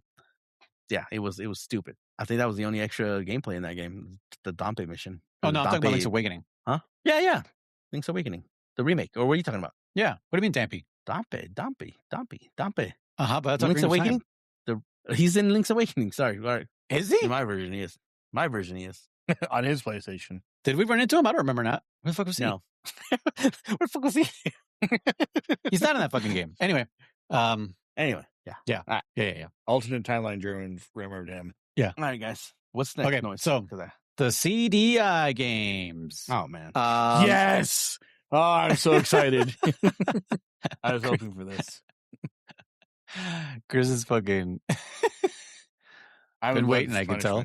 I know it. Okay, so up to you guys. Do we do one at a time, one per week, which I kind of want to because I want to see if I could beat these, or all 3 in 1 week? No, which I don't think is possible. One a week. One game a week. I Okay. think 1 game 1. I think that's fair. Fair. Let me know if you need help setting up your emulators. As far as I remember, it wasn't insanely hard. I think RetroArch recognized it pretty well as long as you have the right core installed. Okay. But yeah, I haven't had a problem with it. Basically, yeah, I'll let people know in the Discord, like, hey, find your own ROM, of course, because these are kind of big. They're not huge, but they're kind of. We're big. not getting DMC strike. Yeah, DMCA, not, YMCA, not like my customer the other day. All right, cool. All right, which one are we doing? So first? yeah, so any of them. First one is Link: The Faces of Evil. Faces came out the same year as Link's Awakening. Really? On the Game Boy. Okay. The first two came out on the same year as Link's Awakening. Faces of Evil. Copy. Yeah. All right. Oh man, I'm so excited. I remember back in the day watching Game Grumps play through this. I don't remember any of the game's story or anything, how it worked. I just remembered it was so broken that Aaron got so angry he started laughing. Oh yeah. Yeah. Okay. So I'm Will you be forward to streaming getting to these? that point myself, Chris German? Sure, maybe. I really want to. I should continue. I'll try. Might as Skyward well. Sword though. You're never going to continue Skyward Sword Shadow again, wants me- Chris. Just Huh? I know. Yeah, I'll stream it. yeah, you're not streaming anything. need to You might see as well him stream suffering. this. I know. Well, I was gonna get back to streaming hopefully soon, and I was gonna do the Skyward Sword, but I'll do that. Yeah, it's worth it. People will love this. Yeah, for the CDI games. Yeah, I can't promise I'll stream the whole thing, but I will certainly stream as much as I can. Okay. So yeah, my wife has her VR to play with. I won't have that to worry about as much. So yeah, I can do that. What has she been playing on it? She's been doing a lot of the puzzling places, I think it's called. We both got there's a subscription you can get for that. It's like $8 a month, and you get a bunch of different puzzles every month, a bunch of new puzzles. And then each puzzle comes in like different levels. It goes from 25 pieces up to 1,000, and it's all 3D. And so like the 1,000-piece puzzles are super, super difficult. But it's a lot of fun. It's like just super chill. It's easy to do. Something that she can do that's not taking a lot of energy and stuff. So yeah, works out well for her. Could you put in a custom puzzle, like say a K-pop Demon Hunters puzzle? I don't think so. I mean, there might be some way to do that through a hack or something, but through the actual game, I don't think so. But I would. Well, I don't know if they would have a K-pop Demon Hunters version. Actually, I don't know. Okay. It doesn't seem like they're targeting that kind of demographic. Yeah. You're considering it now. No, I'm not even listening.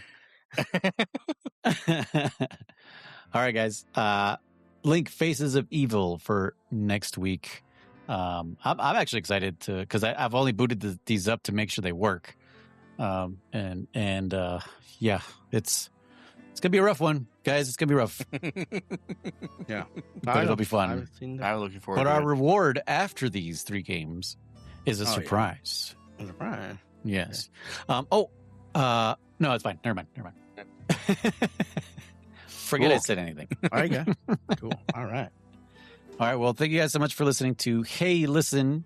No, I don't like saying that. What was the thing that we came up with? Thank you guys for tuning into. There we go. Tuning in to Hey Listen. I have been Noise. Guys, I'm Rizer. And I'm DammitKriss. And we'll see you guys next time. Goodbye. Thank you so much for listening.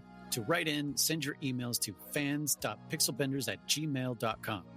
For text or voicemail, find us at 209-791-0995.